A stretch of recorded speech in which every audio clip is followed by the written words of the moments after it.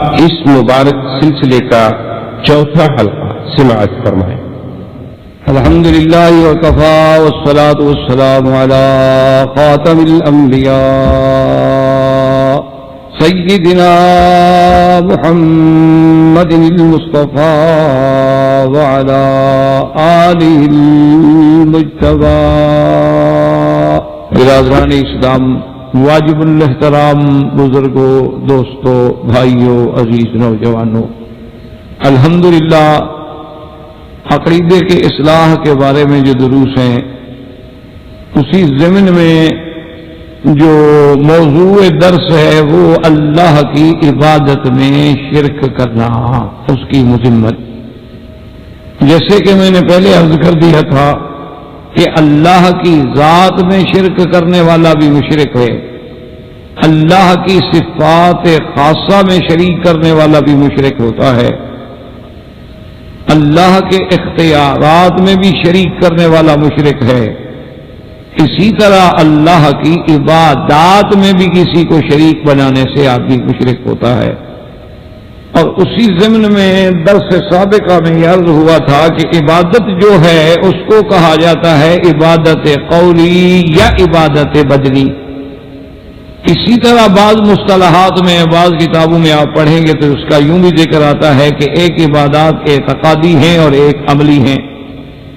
تو عبادات عملی جو ہے گویا پھر وہ اپنے اندر تین قسم کے ہے کہ ایک عبادت قولی ہے، ایک عبادت فعلی ہے اور ایک عبادت مالی۔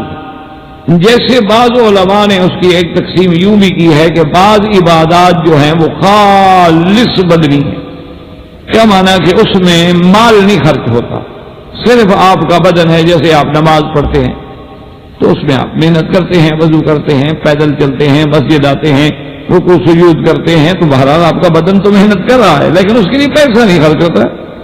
وضو بھی آپ کو مفت مل جائے گا، مسجد بھی آپ کو مفت مل جائے گی، نماز پڑھانے والے بھی مفت مل جائے گا۔ تو یہ عبادات بدنی کہلائی جاتی۔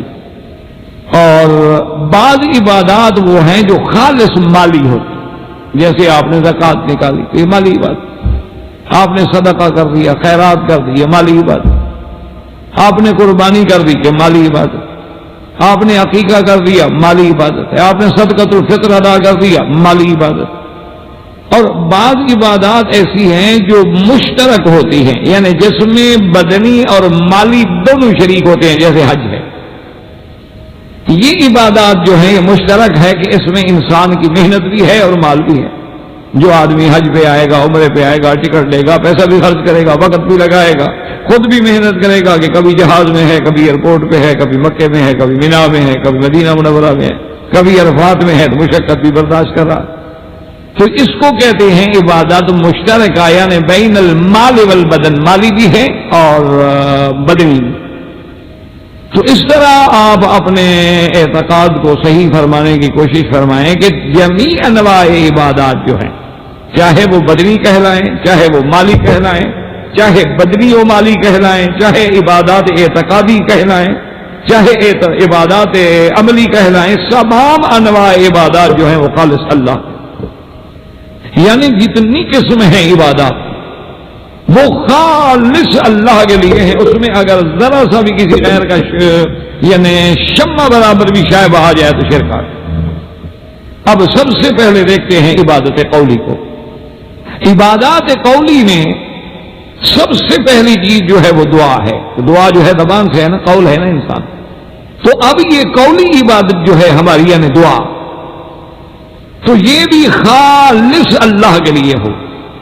اس لیے اللہ نے قرآن میں فرمایا کہ فَادْعُوا اللَّهَ مُخْلِصِينَ لَهُ الدِّينَ، اسی کی عبادت کرو، اسی کو پکارو، خالص اسی کو۔ اسی طرح اللہ تبارک و تعالی نے فرمایا ہے وَقَالَ رَبُّكُمُ ادْعُونِي أَسْتَجِبْ لَكُمْ إِنَّ الَّذِينَ يَسْتَكْبِرُونَ عَنْ عِبَادَتِي سَيَدْخُلُونَ جَهَنَّمَ دَاخِرِينَ۔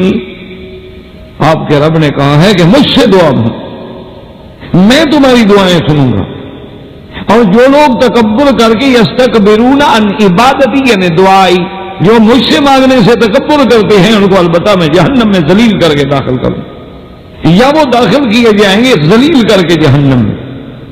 تو وہاں پہلے ہے کہ ادعو ربکم ادعونی، رب کہتا ہے مجھ سے مانگو دعا، آگے لفظ آ گیا عبادتی، تو معلوم ہوا کہ دعا ہی عبادت ہے۔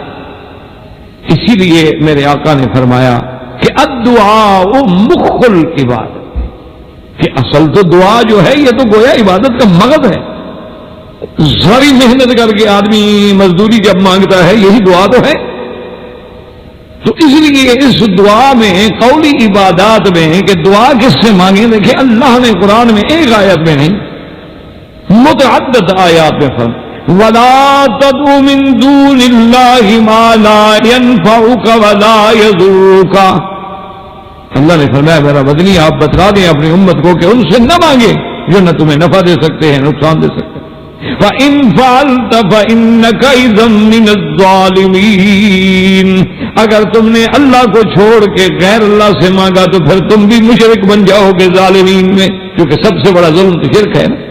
ان الشرک لظلم عظیم، تو غیر اللہ سے مانگنا جو ہے، اور اسی لیے اب آپ اس پہ غور کریں اور پوری توجہ کے ساتھ پورے قرآن پہ نظر ڈالیں، یا جب اللہ آپ کو قرآن پڑھنے کی توفیق عطا فرمائے اور آپ قرآن کی تلاوت کریں تو تھوڑا غور کریں قرآن میں، تدبر کریں قرآن میں۔ یہ ایسے مسئلے نہیں ہیں کہ آپ کہیں جی ایک مولوی یہ کہتا ہے اور ایک مولوی یہ کہتا ہے۔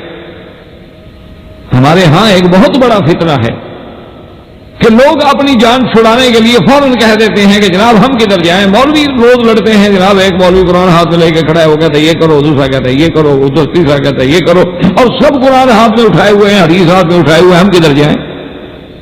تو دراصل یہ بھی بس وسائے شیطانی ہے، یاد رکھو یہ مولویوں کی بات نہیں، اور نہ تم مولویوں کے پیچھے لگتے ہو، یعنی مولویوں کے جھگڑے والی بات تو تم مانتے ہو، لیکن جو مولوی اتفاق والی بات تم سے کہتا ہے وہ بھی کبھی مانتے ہو؟ چلو مجھے آپ بتائیں کتنے مولوی ہیں جو آپ کو کہتے ہیں نماز نہ پڑھو؟ کس پارٹی کا مولوی ہے جو تقریر کرتا ہے اور آپ سے کہتا ہے کہ نماز نہ پڑھو؟ تو پھر آپ لوگ سارے نماز پڑھتے ہیں؟ کون سا مولوی ہے جو آپ کو کہتا ہے رمضان کے روزے نہ رکھو؟ تو کیا تمام مسلمان روزے رکھتے ہیں؟ کون سا مولوی ہے جو آپ کو دعوت دیتا ہے کہ اگر آپ دولت مند ہیں تو حج نہ کریں؟ کون سا مولوی ہے جو آپ کو کہتا ہے کہ صدقۃ الفطر نہ دیا کریں؟ کون سا مولوی ہے جو آپ کو کہتا ہے کہ داڑھی مڈایا کریں؟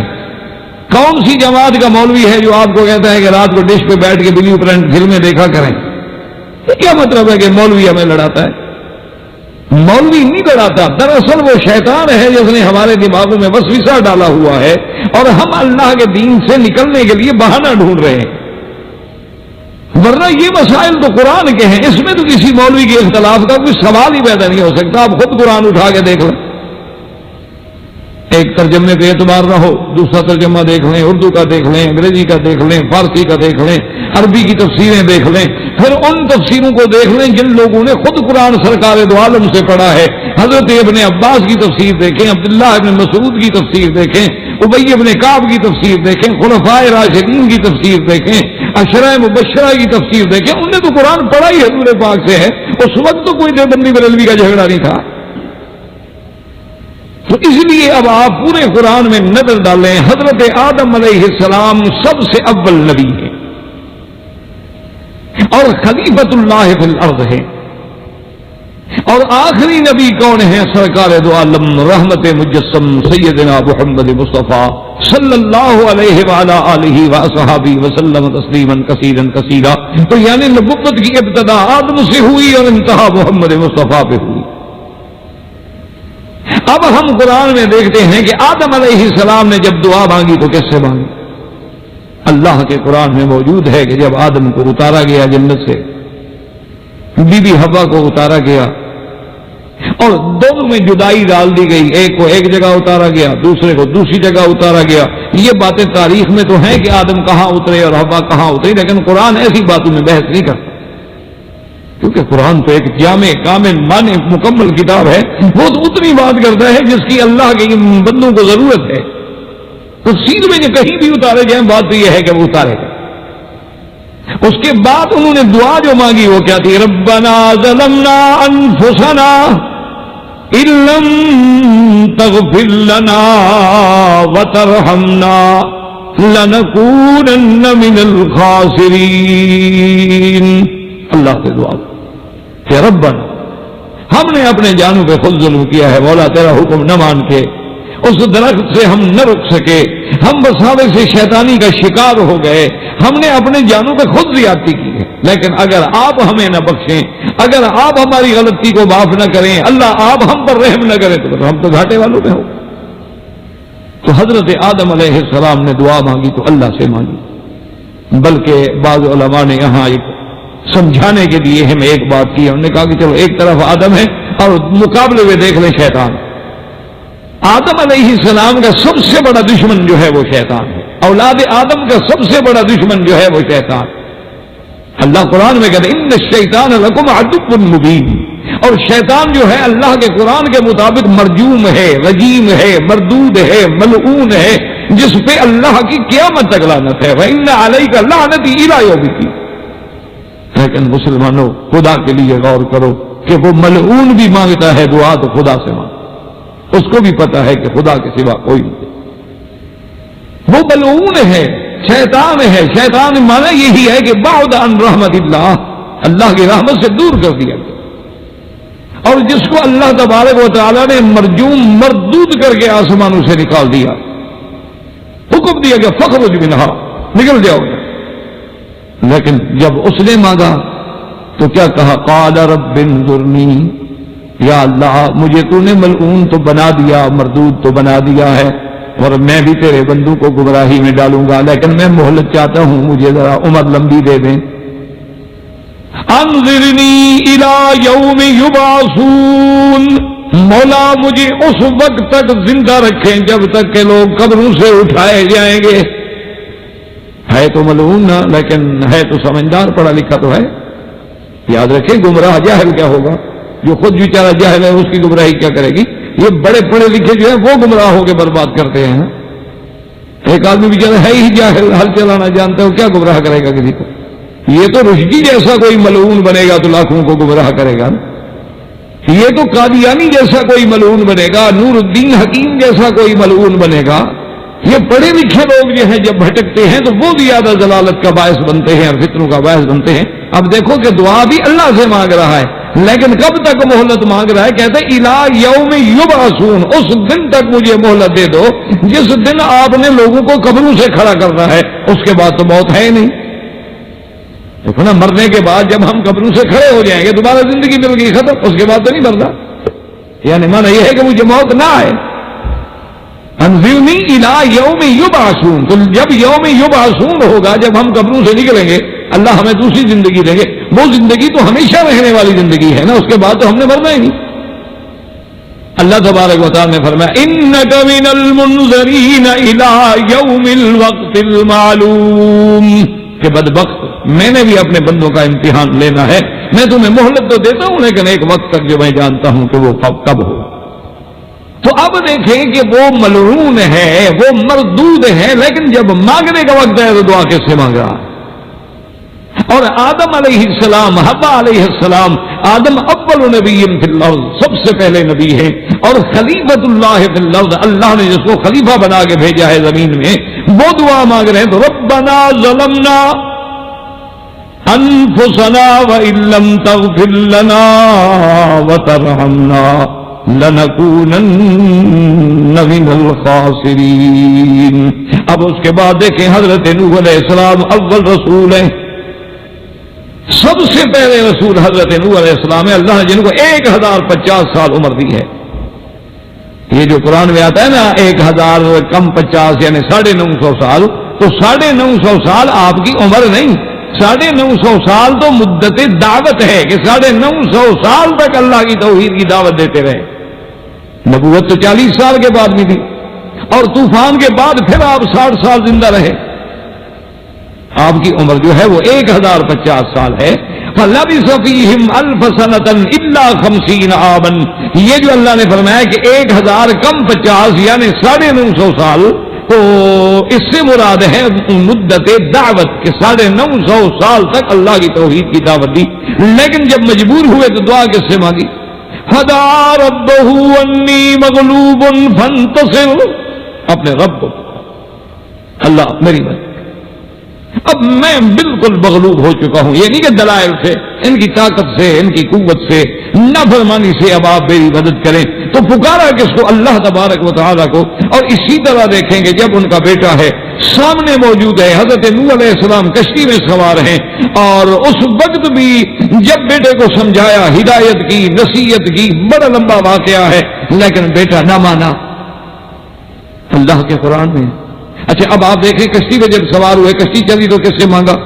قَالَ ارْكَبُوا فِيهَا بِسْمِ اللَّهِ مَجْرَاهَا وَمُرْسَاهَا إِنَّ رَبِّي لَغَفُورٌ رَحِيمٌ۔ اللہ کے نام سے، بسم اللہ مجرہا ومرساہا۔ اور جب بیٹے کو بلایا، نصیحت کی کہ لا تکن مع الکافرین، بیٹا اڑ گیا، سآوی الی جبل یعصمنی من الماء، کہ ابا مجھے کیوں ڈراتے ہیں؟ آپ کے خدا کے یہ پانی کتنا ہوگا؟ 5 میٹر، 8 میٹر، 10 میٹر بلند ہو جائے گا، میں تو اس اونچے پہاڑ پہ چڑھ جاؤں گا تو پانی میرا کیا بگاڑ لے گا؟ حضرت نوح سمجھا رہے ہیں، لیکن بیٹا بدبختی پہ آ چکا ہے، شقاوت پہ آ چکا ہے۔ دعا کریں اللہ تبارک و تعالیٰ کسی بھی اولاد کو بدبخت اور شقی نہ بنائے، سب کی اولادوں کو اللہ قرۃ عین بنائے، اور اللہ تبارک و تعالیٰ صالحین اور فائزین میں بنائے، کیونکہ یہ تو پھر والدین کو پتہ چلتا ہے نا، جب اولاد نافرمان ہوتی ہے تو والدین کو پتہ ہوتا ہے کہ ان کا تو جگر ٹکڑے ٹکڑے ہو جاتے ہیں، کہ جن بچوں کو گود میں اٹھا کے پالا تھا، کندھوں پہ بٹھایا تھا، ان کے ہنسنے پہ ہنسے تھے۔ یعنی آپ دیکھیں بڑے سے بڑے پروفیسر، بڑے سے بڑے ڈاکٹر، بڑے سے بڑے اسکالر، بڑے سے بڑے مفکر، بڑے سے بڑے سیاستدان، لیڈر، بڑی جن کی شہرت ہے، عظمت ہے، ان کا چھوٹا بچہ ہو تو کبھی بچے کے آگے گھوڑا بنے ہوئے ہیں، کبھی بلی بنے ہوئے ہیں، بچے کو ہنسا رہے ہیں، خوش کر رہے ہیں۔ یعنی اپنے گھر میں بیچارہ وہ گھوڑا بن کے چل رہا ہے، بچہ کندھے پہ بیٹھا ہوا ہے کہ میرا بچہ خوش ہو جائے، اور اس بچے کو جس کو اس طرح ماں باپ نے پالا ہو اور بڑا ہو کے وہ مخالف ہو جائے، باغی ہو جائے، نافرمان ہو جائے، والدین کے آگے بے حیائی سے پیش آئے، تو اندازہ کریں والدین پہ کیا گزرتی ہے۔ یہ تو اولادوں کو پھر اس وقت پتہ لگتا ہے نا جب خود باپ بنتے ہیں، ابھی تو ان کو آنکھوں میں حیا نہیں ہوتی نا، ابھی تو ان پر غلط صحبت کا اثر ہے، ابھی تو ان پر برے دوستوں کا اثر ہے، ابھی تو ان پر غلط سوسائٹی کا اثر ہے، غلط فلموں کا اثر ہے، غلط رسائل، جرائد اور ڈائجسٹوں کا اثر ہے۔ لیکن جب بڑے ہوتے ہیں، ان کے گھر میں بیوی آتی ہے، پھر بچے پیدا ہوتے ہیں، پھر خود باپ بنتے ہیں، پھر بیٹھ کے روتے ہیں، یار ہم نے والدین کو بڑا ستایا، آج ہم کیسے ذلیل ہو رہے ہیں۔ لیکن وقت گزر جاتا ہے، بیت جاتا ہے، اس وقت کی ندامت کا کیا فائدہ جب کام کا وقت ہی گزر جائے۔ تو اب دیکھیں نوح علیہ السلام، لیکن جناب اڑا ہوا، وَحَالَ بَيْنَهُمَا الْمَوْجُ فَكَانَ مِنَ الْمُغْرَقِينَ، ایک موج نے تھپیڑا مارا اور پانی میں ڈوبنے لگے۔ جب ڈوبنے لگے تو اب نوح علیہ السلام کے وَنَادَى نُوحٌ رَبَّهُ، اب نوح علیہ السلام نے دعا مانگی تو کس سے؟ اللہ کہ إِنَّ ابْنِي مِنْ أَهْلِي وَإِنَّ وَعْدَكَ الْحَقُّ وَأَنْتَ أَحْكَمُ الْحَاكِمِينَ۔ تو اس قصے کا مقصد ہم نے نہیں جانا، ہم نے آج کے منظر میں صرف یہ دکھلانا ہے کہ آدم دعا مانگتا ہے تو اللہ سے، اور نوح علیہ السلام دعا مانگتے ہیں تو اللہ سے، اور حضرت زکریا بیٹا مانگتے ہیں تو اللہ سے کہ رب لا تذرنی فردا وَأَنْتَ خَيْرُ الْوَارِثِينَ۔ اور دوسری جگہ قرآن کہتا ہے کہ کاف ہا یا عین صاد ذکر رحمت ربک عبدہ زکریا اذ نادى ربہ نداء خفیا، کہ رات کو کھڑے ہیں اور اللہ کے آگے گڑ گڑا کے، اللہ کے آگے بڑا چپکے سے عاجزی سے دعائیں مانگ رہے ہیں کہ اللہ مجھے بھی اولاد عطا فرما۔ اسی طرح دیکھیں کہ عمران نے اگر منت مانی ہے تو کس کے نام سے؟ کیونکہ منت ماننا چاہیے، یہ بھی تو قولی بات، یہ بھی تو زبانی، اس لیے کہتے انی نذرت لک ما فی بطنی محررا، یا اللہ جو میرے بطن میں ہے، میرا اللہ بچہ ہے بچی ہے آپ جانتے ہیں، میں تیرے نام پہ اسے وقف کر دوں گی، میں تیرے دین کے لیے وقف کر دوں گی، مہربانی کر میری آرزو پوری کر دے۔ تو اب منت مانگ رہے ہیں تو اللہ سے، اور دعا مانگ رہے ہیں تو اللہ سے۔ سیدنا ابراہیم الخلیل پہ نظر ڈالیں کہ اسی سرزمین حرم میں اپنی بیوی بچوں کو چھوڑا ہے، جب علیحدہ ہو گئے، دور ہو گئے، اوجل ہو گئے، کھڑے ہیں ربنا انی اسکنت من ذریتی بواد غیر ذی زرع عند بیتک المحرم ربنا لیقیموا الصلاة فاجعل أفئدة من الناس تهوي إليهم وارزقهم من الثمرات لعلهم يشكرون ربنا إنك تعلم ما نخفي وما نعلن، اور کہیں کہتے ہیں ربنا واجعلنا مسلمین لک ومن ذریتنا، اور کہیں کہتے ہیں ربنا وابعث فیہم رسولا، ربنا کس کو پکارو؟ سیدنا ابراہیم الخلیل جو ابو الانبیاء ہے، جس کی ذریت میں اللہ نے نبوت رکھ دی ہے، اور وہ ابراہیم علیہ السلام جس کو اکیلا ابراہیم کو اللہ نے فرمایا اکیلا ابراہیم پوری ایک امت ہے، ان ابراہیم کان امت، وہ اگر مانگتا ہے تو کس سے مانگ رہا ہے؟ اپنے اللہ سے مانگ۔ اور اسی طرح دیکھ لیں کہ حضرت لوط علیہ السلام جب اپنے گھر میں ہیں، اللہ کے فرشتے آئے ہیں، ان کو پتہ نہیں یہ فرشتے ہیں، اور قوم آئی ہوئی ہے، قوم نعوذ باللہ ان کی نیتیں خراب ہیں، اور حضرت لوط علیہ السلام کس سے دعا مانگتے ہیں؟ رب نجنی واہلی، یا اللہ مجھے اور میرے اہل کو بچا۔ اس مشکل کی گھڑی میں مانگ رہے ہیں تو اللہ تبارک و تعالی سے مانگ رہے ہیں، اور حیران ہو کے کھڑے ہیں کہ میں کیا کروں، اللہ تیرے سوا تو میرا کوئی نہیں، میں تو اپنے مہمانوں کی عزت کی حفاظت بھی نہیں کر سکتا۔ اور مہمانوں کے لیے قوم اتنی گمراہ ہو چکی ہے، اللہ معاف کرے، اتنی گمراہ ہو چکی ہے کہ حضرت نوح علیہ السلام کا دروازہ کھٹکھٹایا، جب آپ نے نہ مانا کہ کچھ تو لحاظ کرو، میرے مہمان ہیں، مہمانوں کو تو کوئی دشمن بھی نہیں چھیڑتا ہے، تو انہوں نے دروازہ توڑ دیا اور بعد دیواریں پھلانگ کے اندر آ گئے۔ اور حضرت نوح علیہ السلام بار بار نصیحت کریں، ظالموں تمہارے گھر میں عورتیں موجود ہیں، بیویاں موجود ہیں، کچھ تو شرم کرو، اور تم تو ایک ایسا جرم کر رہے ہو کہ تم سے پہلے دنیا میں کسی نے یہ جرم کیا ہی نہیں ہے لواطت کا۔ یہ عمل لواطت جو ہے، یعنی مرد کا مرد سے وجہ غیر فطری کا عمل کرنا جو ہے، یہ لوط علیہ السلام کی قوم سے پہلے یہ کبھی دنیا میں ہوا ہی نہیں۔ اس لیے قرآن کہتا ہے کہ سیدنا لوط علیہ السلام نے کہا کہ انکم لتاتون الفاحشۃ ما سبقکم بها احد من العالمین انکم لتاتون الرجال شہوۃ من دون النساء، کہ ظالمو تم تو ایک ایسا خبیثی، ایک ایسی خباثت کر رہے ہو، تم سے پہلے کسی ان سے جن نے یہ گناہ نہیں کیا ہے کہ تم عورتوں کو چھوڑ کے مردوں کے ساتھ، لڑکوں کے ساتھ بدفعلی کرتے ہو، اتنا گھناؤنا جرم۔ لیکن قوم کتنی بے حیائی پہ آ چکی ہے، وہ کہتے ہیں کیا لوط علیہ السلام ہمیں تقریر کر رہے ہو، ما لنا فی بناتک من حق، ہمیں عورتوں کے ساتھ کوئی تعلق ہے، انک تعلم ما نرید، اور تو جانتا ہے کہ ہمیں تو یہ لڑکے چاہیے، بڑے خوبصورت ہیں۔ اب لوط علیہ السلام گھبرا کہ میں کیا کروں، اب حضرت لوط علیہ السلام اتنے پریشان ہیں، کہتے ہیں میں کیا کروں، میرے ساتھ تو کوئی ظاہری اسباب کی حد تک مدد کرنے والا نہیں ہے، اللہ تیرے سوا میری کون مدد کرتا۔ تو جب لوط علیہ السلام اتنے گھبرائے تو اللہ کے حکم سے فرشتے بول پڑے، قالوا یا لوط انا رسل ربک، کیوں گھبرا رہے ہو، ہم تو اللہ کے بھیجے ہوئے فرشتے ہیں، لن یصلوا الیک، یہ نہ تمہارا کچھ بگاڑ سکتے ہیں نہ ہمارا کچھ بگاڑ سکتے ہیں۔ اب حیران ہوئے لوط علیہ السلام، اچھا یہ تو اللہ کے فرشتے ہیں۔ اور قرآن کہتے ہیں فتبسنا علی اعینہم، بس جبریل نے ذرا یوں پر اللہ کے حکم سے کیا تو سارے اندھے ہو گئے، اب نظر ہی کچھ نہیں آ رہا۔ تو بہرحال وہ ایک عظیم قصہ ہے، لیکن مقصد میرے کہنے کا یہ تھا کہ لوط علیہ السلام نے اگر پکارا تو کس کو پکارا کہ رب نجنی واہلی بما یعملون۔ اسی طرح اب آپ دیکھیں کہ سیدنا یونس علیہ السلام اللہ کے پیغمبر ہیں، اور سیدنا یونس علیہ السلام کا واقعہ بھی قرآن پاک میں موجود ہے، لیکن میں ساتھ یہاں ایک بھی عرض کر دوں کیونکہ بعض مفسرین نے اس میں بہت بڑا اللہ عالم غلطی ہوئی ہے، دھوکہ کھایا ہے، یا خدا جانے ان کے مقصد کیا تھا، کیونکہ دلوں کا بھید تو اللہ جانے۔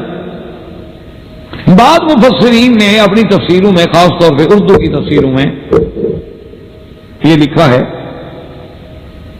کہ حضرت یونس علیہ السلام سے فریضہ رسالت کی ادائیگی میں کوتاہی ہوئی، اس لیے اللہ نے اپنی سنت اللہ کو تبدیل کر دیا اور عذاب جو تھا وہ قوم یونس سے اٹھا لیا گیا، جو کہ عام طور پہ کسی قوم سے نہیں اٹھایا جاتا، لیکن قوم یونس سے عذاب اس لیے اٹھا لیا گیا کہ چونکہ نبی سے، حضرت یونس سے فریضہ رسالت میں کوتاہی ہو گئی تھی، تو یہ انہوں نے اپنی تفسیروں میں لکھا ہے۔ وہ فوت بھی ہو گئے، اللہ ان کی مغفرت کرے۔ بہرحال انسان ہیں، ذلت العالم بھی ہوتی ہے، بڑے بڑے علماء سے بھی غلطیاں ہوتی ہیں، انسان جو ہے وہ پاک تو نہیں ہوتا نا غلطی سے۔ لیکن یہ بات ہمیشہ یاد رکھیں کہ اللہ کے نبی، اللہ کے رسول جو ہیں وہ گناہوں سے معصوم ہوتے ہیں، پاک۔ ایک بات ہمیشہ دماغ میں رکھیں۔ اب اس بات میں اختلاف ہے، بعض لوگ یہ کہتے ہیں کہ اللہ کے پیغمبر گناہوں سے پاک ہوتے ہیں، لیکن بڑے گناہوں سے، چھوٹی باتیں یا چھوٹی غلطی ان سے ہو سکتی۔ اور بعض علماء یہ کہتے ہیں کہ اللہ کے نبی گناہوں سے پاک ہوتے ہیں، یعنی بڑے گناہوں سے تو بالاتفاق بات ہے نا کہ تمام علماء ائمہ سب متفق ہیں کہ اللہ کے نبی بڑے گناہوں سے پاک۔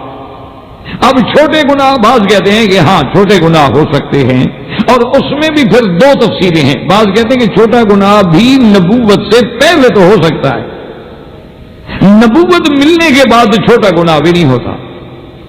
یعنی ایک قول یہ ہے کہ ابھی تک نبوت نہیں ملی، نبوت ملتی ہے 40 سال کے بعد، تو نبوت ملنے سے پہلے وہ کہتے ہیں کہ بھائی انبیاء سے غلطی ہو سکتی ہے، لیکن نبوت ملنے کے بعد نہیں ہوتی، نہ کبیرہ نہ صغیرہ۔ لیکن محققین، جمہور علماء، جمہور ائمہ دین کی یہ تحقیق ہے کہ نہ، اللہ کے نبی کبیرے سے بھی پاک ہوتے ہیں، صغیرہ سے بھی پاک ہوتے ہیں، نبوت ملنے سے پہلے بھی پاک ہوتے ہیں، نبوت ملنے کے بعد بھی پاک ہوتے ہیں، کیونکہ اللہ کا نبی اگر کوئی خدا نہ کرے، خدا نہ کرے، خدا نہ کرے کوئی گناہ ہو، غلطی ہو، تو کون پھر اعتبار کرے گا؟ لوگ تو تانا دیں گے، پھر کون اتباع کرے گا؟ اصل میں لوگوں کو اختلاف کیوں پیدا ہوا؟ جب انہوں نے دیکھا کہ دیکھو جی آدم علیہ السلام نے بھی تو اللہ کے حکم کے باوجود درخت چکھ لیا، تو غلطی تو ہو گئی، اور دیکھو جی یونس علیہ السلام سے بھی غلطی تو ہو گئی۔ تو اس وجہ سے حالانکہ یاد رکھیں کہ جب اللہ فرما دیں کہ آدم بھول گیا تو یہ نسیان ہے، اللہ کہتا ہے بھول گیا، تم کہتے ہو گناہ کیا۔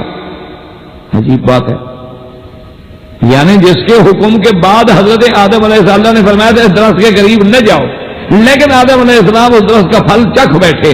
اللہ تو فرماتا ہے کہ وَلَقَدْ عَهِدْنَا إِلَىٰ آدَمَ مِن قَبْلُ فَنَسِيَ فَلَمْ نَجِدْ لَهُ عَزْمًا۔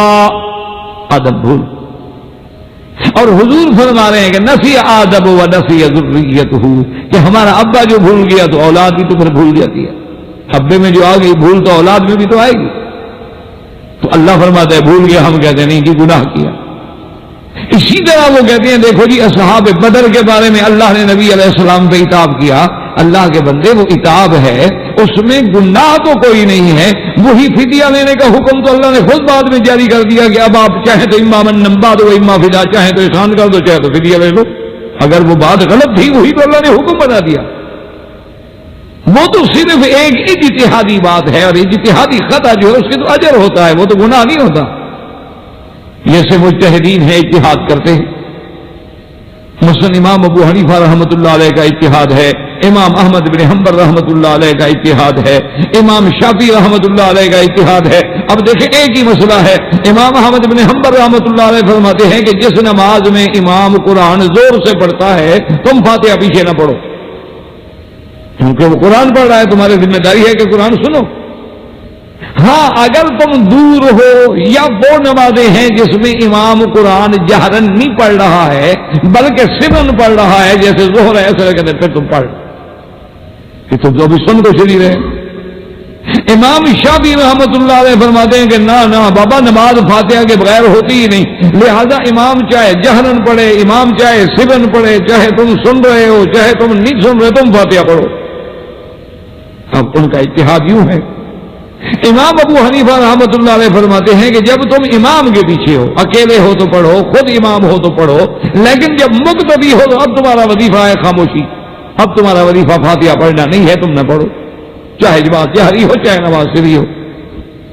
تو اب دیکھیں سب ائمہ کا اجتہاد، اس کو ہم یہ تو نہیں کہیں گے کہ امام شافعی نے گناہ کیا یا امام ابو حنیفہ نے گناہ کیا یا امام احمد بن حنبل رحمۃ اللہ علیہ نے گناہ کیا۔ اللہ سب پہ کروڑوں رحمتیں فرمائے، سب نے اجتہاد کیا ہے، اور اگر اجتہاد میں خطا ہو جائے تب بھی اجر ملے گا، اور اگر وہ ثواب پہ پہنچ گئے ان کو دوہرا اجر ملے گا، ایک محنت کرنے کا، ایک منزل مقصود پہ پہنچنے۔ گناہ تو کسی نے نہیں کیا، سب نے اللہ کے قرآن کو، حدیث کو سامنے رکھا، انہوں نے کہا قرآن کا حکم ہے کہ جب قرآن پڑھا جائے سنو، چپ کرو، اور حدیث کہتی ہے کہ فاتحہ کے بغیر نماز نہیں۔ کہا ہاں ٹھیک ہے، اگر اکیلے ہو تو فاتحہ کے بغیر نماز نہیں، اس حدیث پہ یہاں عمل ہو گیا کہ جب اکیلے ہو فاتحہ پڑھو، امام ہو فاتحہ پڑھو، تو اس حدیث پہ عمل یہ صورت میں ہو گیا۔ اور جب ہم امام کے پیچھے، کہا حدیث ہے مسلم میں اذا قرأ فانصتوا، جب وہ پڑھے تم چپ کرو، تو امام کے پیچھے جب ہم نہیں پڑھیں گے تو اس حدیث پہ عمل ہو گیا۔ اور حدیث ہے کہ اگر رکوع میں مل جاؤ تو گویا تم نے رکعت پا لی، حالانکہ ہم نے فاتحہ تو پڑھی نہیں، تو رکعت کیسے ہم نے پا لی؟ تو گویا بغیر فاتحہ پڑھنے کے رکعت تو ہو گئی ہماری، اگر ایک ہو جاتی ہے تو باقی بھی ہو جاتی ہے۔ تو اس لیے تمام ائمہ حدیث نے، تمام ائمہ مجتہدین نے حدیث قرآن کو سامنے رکھ کے اپنے فہم و فکر سے اجتہاد کیے ہیں، اللہ سب پہ اجر کریں گے، یہ گناہ تو نہیں ہے۔ جیسے حضرت آقا نامدار صلی اللہ علیہ وسلم نماز میں 4 رکعت کے بجائے 2 رکعت پڑھا کے سلام پھیر دیا۔ ایک صحابی کھڑے ہو گئے، انہوں نے کہا کثرت الصلاۃ ام نسیت یا رسول اللہ، یا تو نماز چھوٹی ہو گئی ہے یا آپ بھول گئے ہیں۔ حضور نے فرمایا کہ نہیں، نہ نماز چھوٹی ہوئی ہے نہ میں بھولا ہوں، میں نے تو ٹھیک پڑھائی۔ اب صحابی بیچارہ کیا کرے، آگے اللہ کا نبی ہے، انہوں نے پھر کہا یا رسول اللہ کثرت الصلاۃ ام نسیت، یا تو نماز حضور چھوٹی ہوگی۔ کیوں؟ اللہ کا حکم ہے، پتہ نہیں اللہ نے کہہ دیا ہو گیا 4 کے بجائے 2 پڑھاؤ، تو ہم تو نہیں جانتے نا، یا پھر آپ بھول گئے، آپ نے کہا نہیں ماں کو سرت وما نسیت، میں نہیں بھولا۔ آخر تیسری کے بعد حضور نے باقی صحابہ کو دیکھا، اسادہ کا ذریعہ یہ ٹھیک کہہ رہا ہے، انہوں نے کہا حضور بات تو ٹھیک کہہ رہا ہے، تو اس کو ہم صاحب کہیں گے، گناہ تو نہیں، بھول گئے۔ نسیان ہو سکتا ہے، صاحب ہو سکتی ہے، گناہ نہیں۔ اللہ گناہوں سے معصوم رکھتے ہیں انبیاء کو، اور نبوت سے پہلے بھی معصوم رکھتے ہیں، جیسے کہ حضور پاک نے فرمایا کہ مجھے ابھی نبوت نہیں ملی تھی، میں مکے والوں کی بکریاں چراتا تھا، میں نے اپنے ساتھی سے کہا کہ اگر کل میری بکریاں تم سنبھال لو تو رات شادی ہو رہی ہے قریش کے ایک سردار کی، میں شادی میں جا کے دیکھنا چاہتا ہوں یار شادی میں کیا ہوتا ہے۔ کہتے ہیں وہاں قصے بیان ہوتے ہیں، کہتے ہیں وہاں بڑی خوشیاں منائی جاتی ہیں، میں دیکھوں تو صحیح شادی کا کیا رسم و رواج ہے۔ تو اس نے کہا حضور آپ فکر نہ کریں، آپ کی بکریاں بھی میں چراؤں گا، آپ جائیں۔ حضور فرماتے ہیں میں آیا تو ابھی مجلس جو ہے وہ جم رہی تھی، سیٹ ہو رہی تھی، میں ایک کونے میں بیٹھ گیا، فغلبنی النوم، اللہ نے مجھ پہ نیند مسلط کر دی، اللہ نے مجھے ایسی نیند دے دی۔ کہتے ہیں کہ وہ میں تو اس وقت اٹھا جب سورج نکل آیا، اور اس کے بعد دیکھا تو نہ وہاں کوئی خیمہ ہے، نہ شامیانہ ہے، نہ کوئی بندہ ہے، بس اکیلا سویا ہوں دھوپ میں۔ پھر میں آ گیا اپنے ساتھی کے پاس، تو اس نے کہا ہاں یا رسول اللہ مجھے بھی سنا ہے یا محمد مصطفیٰ کہ آپ نے کیا سنا رات؟ میں نے کہا کیا سنا، میں تو سو گیا، مجھے نیند آ گئی۔ انہوں نے کہا چلو ایسا کریں کل رات فلاں کی شادی ہے، آپ پھر اس میں چلے جائیں۔ حضور فرماتے ہیں دوسری رات پھر میں آ گیا شادی میں، میں نے کہا آج بالکل نہیں سوں گا، بالکل میں دیوار سے لگ کے بالکل تیار ہو کے بیٹھ گیا، ابھی آج نیند نہیں کرتی ہے کسی شکل میں۔ کہنے بغیر بنی نو وہی بیٹھے بیٹھے سو گیا۔ تو اللہ نہیں چاہتے تھے کہ میرا نبی محمد مصطفیٰ جھوٹے قصے سنے لوگوں، تو ایسے قصے ہوتے ہیں رسول سن یار کے، جیسے ہمارے یہاں ہوتے ہیں کبھی لیلا مجنوں کے، کبھی ہیر رانجھے کے، کبھی جناب سسی پنو کے، کیونکہ آخر یہی قصے سنا سنا کے ہی تو ہم نے لڑکیوں کو تیار کرنا ہوتا ہے نا۔ تو سسی تو تب بنے گی نا جب سسی کی قربانیاں سنے گی، ہیر تو تب بنے گی، آپ بھی تو رانجھا تب بنے گے نا جب کوئی ہیر نکلے گی میدان میں۔ اگر آپ قرآن سنائیں گے اس کو کہ بھئی غیر محرم کا دیکھنا حرام ہے، غیر محرم سے بات کرنا حرام ہے، ٹیلی فون پہ بھی بات کرنا حرام ہے، ہاتھ ملانا بھی حرام ہے، بری نظر ڈالنا بھی حرام ہے، پھر تو کام نہیں بنتا نا، کام تو ہی رانجھے سے بنتا ہے۔ اسی لیے تو جو علماء توحید ہیں نا ان کو لوگ پسند نہیں کرتے، وہ کہتے ہیں یہ تو آگے الٹا ڈراتے ہیں، ہمارے سارے کام برباد کرتے ہیں۔ وہ کہتے ہیں یہ لوگ ہیں جو آگے عشق کے مجازی کے قصے سناتے ہیں اور سبق دیتے ہیں کہ بابا یہ عشق حقیقی کی پہلی منزل ہے، پہلے عشق مجازی میں آؤ، اس کے مجازی میں جب آ جاؤ گے تو پھر دوسری سیڑھی پہ چڑھو گے اور پھر خدا کے عشق پر پہنچو گے، لیکن منزل یہیں سے شروع ہوتی ہے، لڑکی اور لڑکوں کے عشق سے۔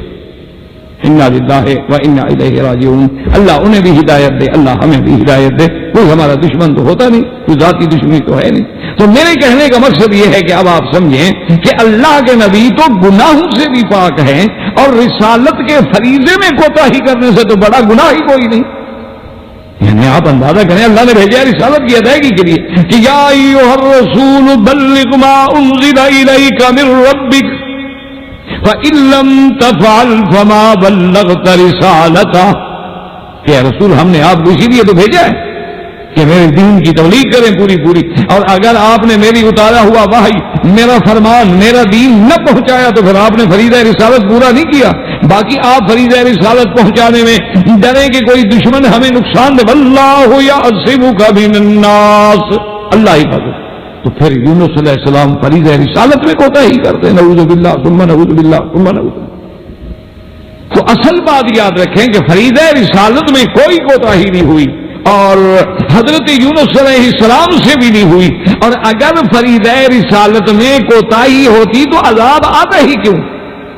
دیکھو نا جی، اگر نعوذ باللہ ایک رسول نے رسالت کا فریضہ ہی پورا نہیں کیا تو قوم کا کیا قصور ہے؟ اللہ تو اس وقت تک عذاب دیتے ہی نہیں جب تک کہ رسول پیغام پورا نہ کر دیں۔ من اهتدى فإنما يهتدي لنفسه ومن ضل فإنما يضل عليها ولا تزر وازرة وزر أخرى وما كنا معذبين حتى نبعث رسولا۔ اللہ فرماتے ہیں ہم تو عذاب نہیں دیتے، ہم رسول بھیجتے ہیں، لیکن رسول نے تو پورا فریضہ کیا نہیں، پھر عذاب کو بھیجے۔ اصل میں ان بیچاروں کو دھوکہ لگ گیا ہے۔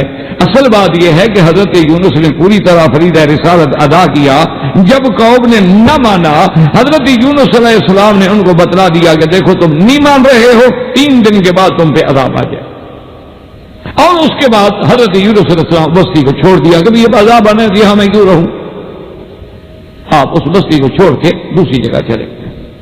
قوم نے حضرت یونس علیہ السلام کے فرمان کے مطابق غور کیا، انہوں نے کہا بھئی حضرت یونس نے کہا ہے کہ 3 دن کے بعد عذاب آئے گا، تو اب دیکھیں پہلے کوئی علامات عذاب، اور سب سے پہلے یہ ڈھونڈو کہ کیا یونس علیہ السلام ہماری بستی میں ہے یا یونس علیہ السلام نہیں ہے۔ اگر یونس علیہ السلام ابھی بستی میں ہے عذاب نہیں آ رہا، کیونکہ جب تک اللہ کے نبی ہوتے ہیں عذاب نہیں آتا، اور اگر حضرت یونس علیہ السلام چلے گئے ہیں تو اس کا مطلب ہے کہ پھر عذاب آنے والا۔ انہوں نے جب پتہ کیا، دیکھا کہ یونس علیہ السلام تو چلے گئے، ان میں اب تو عذاب آنے والا، اور اس کے بعد جو ہے کچھ عذاب کی علامات بھی ظاہر ہونی شروع ہوگی۔ جیسے آپ دیکھتے ہیں نا، اب کہتے ہیں دیکھو جی بادل بن گئے ہیں، ہوا بھی ٹھنڈی لگ رہی ہے، معلوم تو ہوتا ہے بارش آئے گی، علامات تو سارے بنے ہوئے ہیں، اب اللہ کی مرضی چاہے تو آ جائے چاہے تو نہ آئے۔ تو انہوں نے جب دیکھا کہ علامات عذاب بھی آ رہی ہیں، یونس علیہ السلام بھی چلے گئے ہیں، تو ساری قوم جو تھی نا جی اکٹھی ہو گئی۔ انہوں نے کہا بھئی ہم نے اجتماعی خطا کی، اجتماعی گناہ کیا، اب اجتماعی توبہ کے لیے نکلو۔ بوڑھے مرد عورتیں سب میدان میں نکل گئے، حتیٰ کہ مفسرین نے لکھا ہے کہ جانور بھی ساتھ لے گئے، اور جانوروں کو علیحدہ علیحدہ باندھ دیا، یعنی مائیں ادھر بندھی ہوئی ہے، اولاد ادھر بندھی ہوئی ہے، اور جو دھوپ پڑے، گھاس نہیں، پانی نہیں، تو وہ جناب جانور بھی چیخ رہے ہیں اور یہ بھی دھوپ میں لوٹ رہے ہیں، توبہ کر رہے ہیں، رو رہے ہیں۔ اللہ فرماتے ہیں کہ ہم نے عذاب ہٹا لما آمنوا کشفنا عنہم العذاب۔ اور یہاں غور کر رہے ہیں، اللہ نے یہاں دونوں اسی صورت میں دونوں واقعات کا ذکر کیا، پہلے فرعون کا ذکر کیا، پھر قوم یونس کا ذکر کیا، کہ فرعون کو تو ایمان نفع نہ دے سکا، لیکن قوم یونس کو ایمان نے نفع دے دیا۔ وجہ کیا تھی کہ فرعون اس وقت ایمان لایا جب عذاب نازل ہو چکا تھا۔ دونوں باتوں کو سمجھیں، فرعون جب آیا پانی میں غرق ہونے لگا، ایک ہوتا لگا نا جی، پھر وہ ہوا شوا تو نکل گئی نا ساری۔ آپ نے دیکھا نا جی، بڑے سے بڑا خناس ہو، جب بیمار ہو جائے، نبضیں ٹوٹنے لگے، اس وقت وہ بھی کہتے اللہ میں رحم کرنا، جس نے کبھی نماز نہ پڑھی ہو نا، ایک سجدہ بھی کبھی نہ کیا ہو، اس وقت وہ کہتے یار ابھی اللہ کرے ٹھیک ہو جاؤ نا، سیدھا مسجد جا، یار واقعی بڑی بات اللہ میں، اس کو بھی خدا ایک وقت تو ایسا آتا ہے ہر بندے پہ کہ لازماً اس کی زبان سے نکلے گا کہ اللہ میاں مجھے بچا۔ تو اب جناب جب وہ ڈوبنے لگا تو اس وقت کہنے لگا کہ آمنتو، یا اللہ میں ایمان لیا، جیسے بنو اسرائیل ایمان لے آئے۔ حکم ہے الآن وقد عصیت قبل، اللہ نے اب ایمان لا رہے ہو جب عذاب اتر گیا. تو اب فرعون اور قوم فرعون نے کب توبہ کی, کب ایمان لائے, کب پناہ مانگی؟ جب عذاب نازل ہو گیا, پانی میں ڈوب رہے ہیں. لیکن قوم یونس نے کب توبہ کی؟ ابھی عذاب اترا نہیں, نازل نہیں ہوا, علامات عذاب ہے. تو توبہ اس وقت قبول نہیں ہوتی جب عذاب نازل ہو جائے. جیسے آدمی مرنے لگا, غرغرے میں پہنچ گیا, اب توبہ قبول نہیں ہوگی. جیسے آدمی سورج مغرب سے نکل آیا, اب توبہ قبول نہیں ہوگی. لیکن اس سے پہلے اگر توبہ کرے تو بالکل قبول ہوگی. تو اس لیے اب یونس علیہ السلام اس بستی سے دوسری بستی میں تھے, ان کو پتہ چلا کہ قوم پر عذاب نہیں آیا, قوم بچ گئی. تو اب یونس علیہ السلام کو فکر ہوا کہ ان کی قوم میں اس زمانے میں یعنی ان کا قانون بھی یہی تھا اور رواج بھی یہی تھا کہ جو آدمی جھوٹ بولتا اس کو سزائے موت دیتے تھے. تو اب یونس علیہ السلام نے سوچا کہ میں واپس اگر اپنی قوم کے پاس جاتا ہوں, وہ کہیں گے آپ نے کہا تھا 3 دن کے بعد عذاب آئے گا, عذاب گیا نہیں, کہاں آئے گا؟ اس کا مطلب ہے آپ نے جھوٹ بولا تھا, نعوذ باللہ, اور جھوٹ بولنے کی سزا موت ہے. اور پھر میں قوم کا سامنا کیسے کروں؟ میں تم کو کہہ کے آیا تھا کہ 3 دن کے بعد عذاب آ جائے گا, لیکن عذاب تو آیا نہیں. تو اب حضرت یونس علیہ السلام کے دراصل ذمہ داری یہ تھی کہ وہ اللہ کے حکم کا انتظار کرتے کہ اللہ کا کیا حکم ہے, میں واپس قوم میں جاؤں یا میں ہجرت کر کے دوسری طرف چلا جاؤں. بس حضرت یونس نے یہاں خطا اجتہادی سے کام لیا کہ ہجرت کے عمل کا انتظار نہیں کیا اور چل پڑے. یہ نہیں کہ فریضہ رسالت میں کوئی کوتاہی کی, ان کی غلطی فریضہ رسالت کے ساتھ نہیں تعلق رکھتی. یہ ان کا ذاتی مسئلہ ہے کہ ہجرت کے لیے بھی لازم تھا کہ حکم خدا بندی کا انتظار کرتے. جیسے کہ سرکار مدینہ صلی اللہ علیہ وسلم نے صحابہ کو بھیج دیا, صحابہ حبشے چلے گئے, حبشہ سے واپس آ گئے, پھر حبشہ چلے گئے, پھر واپس آئے, بعد حبشہ سے مدینہ ہجرت کر گئے, سارے چلے گئے, لیکن حضور بیٹھے ہیں مکے میں ہجرت کی, اللہ کا حکم آئے تو جائیں. تو یہ یونس علیہ السلام کی خطا اجتہادی ہے, اور انبیاء سے اجتہادی خطا ہو سکتی ہے, وہ گناہ نہیں ہوتا.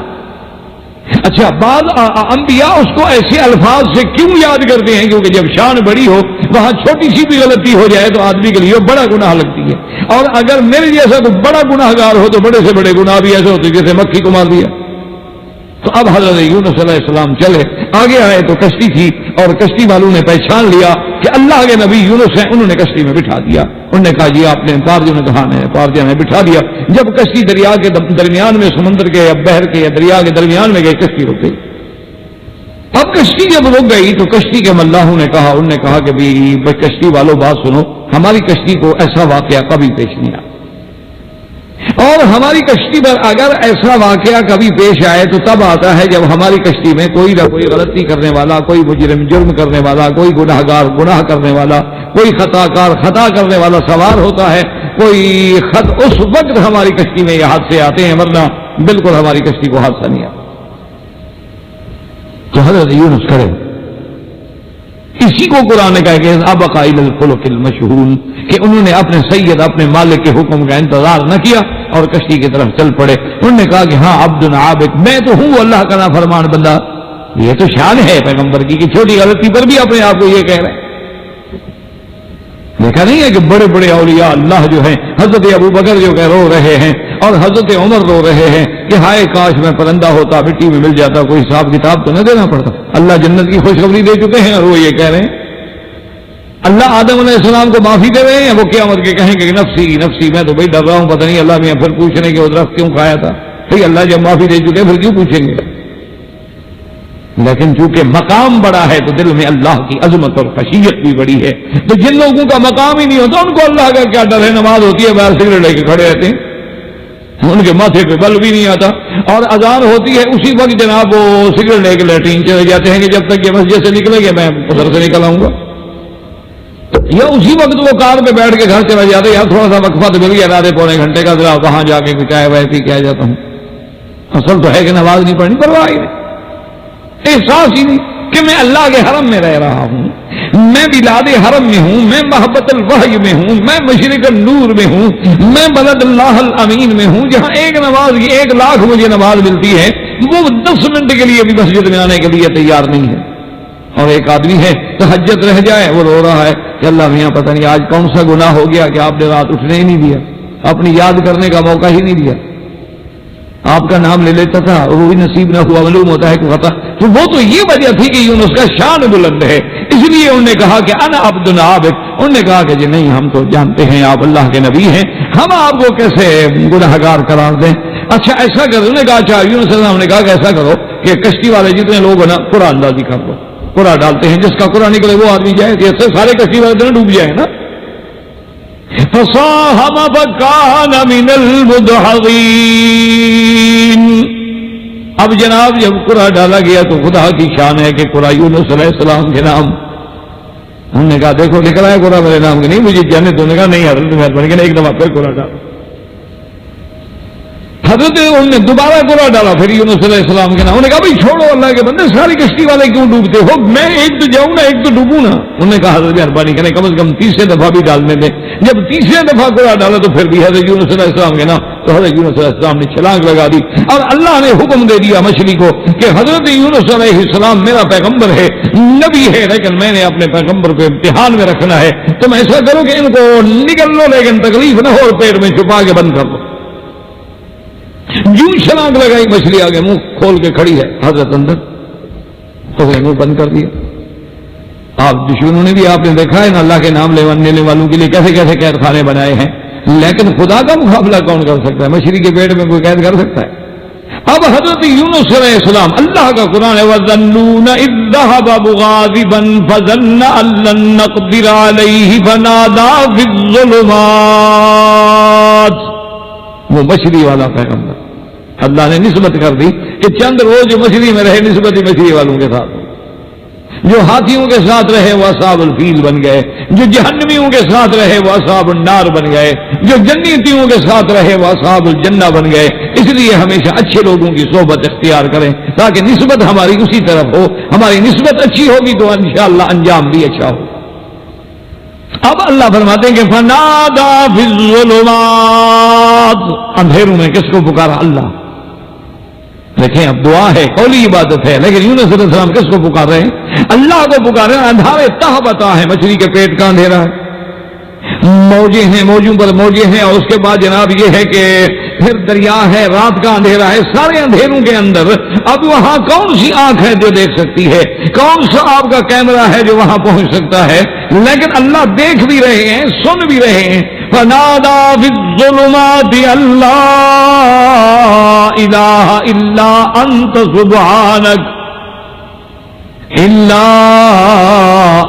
سبحانک انی کنت من الظالمین فاستجبنا له ونجیناہ من الغم وَكَذَلِكَ نُنْجِي الْمُؤْمِنِينَ.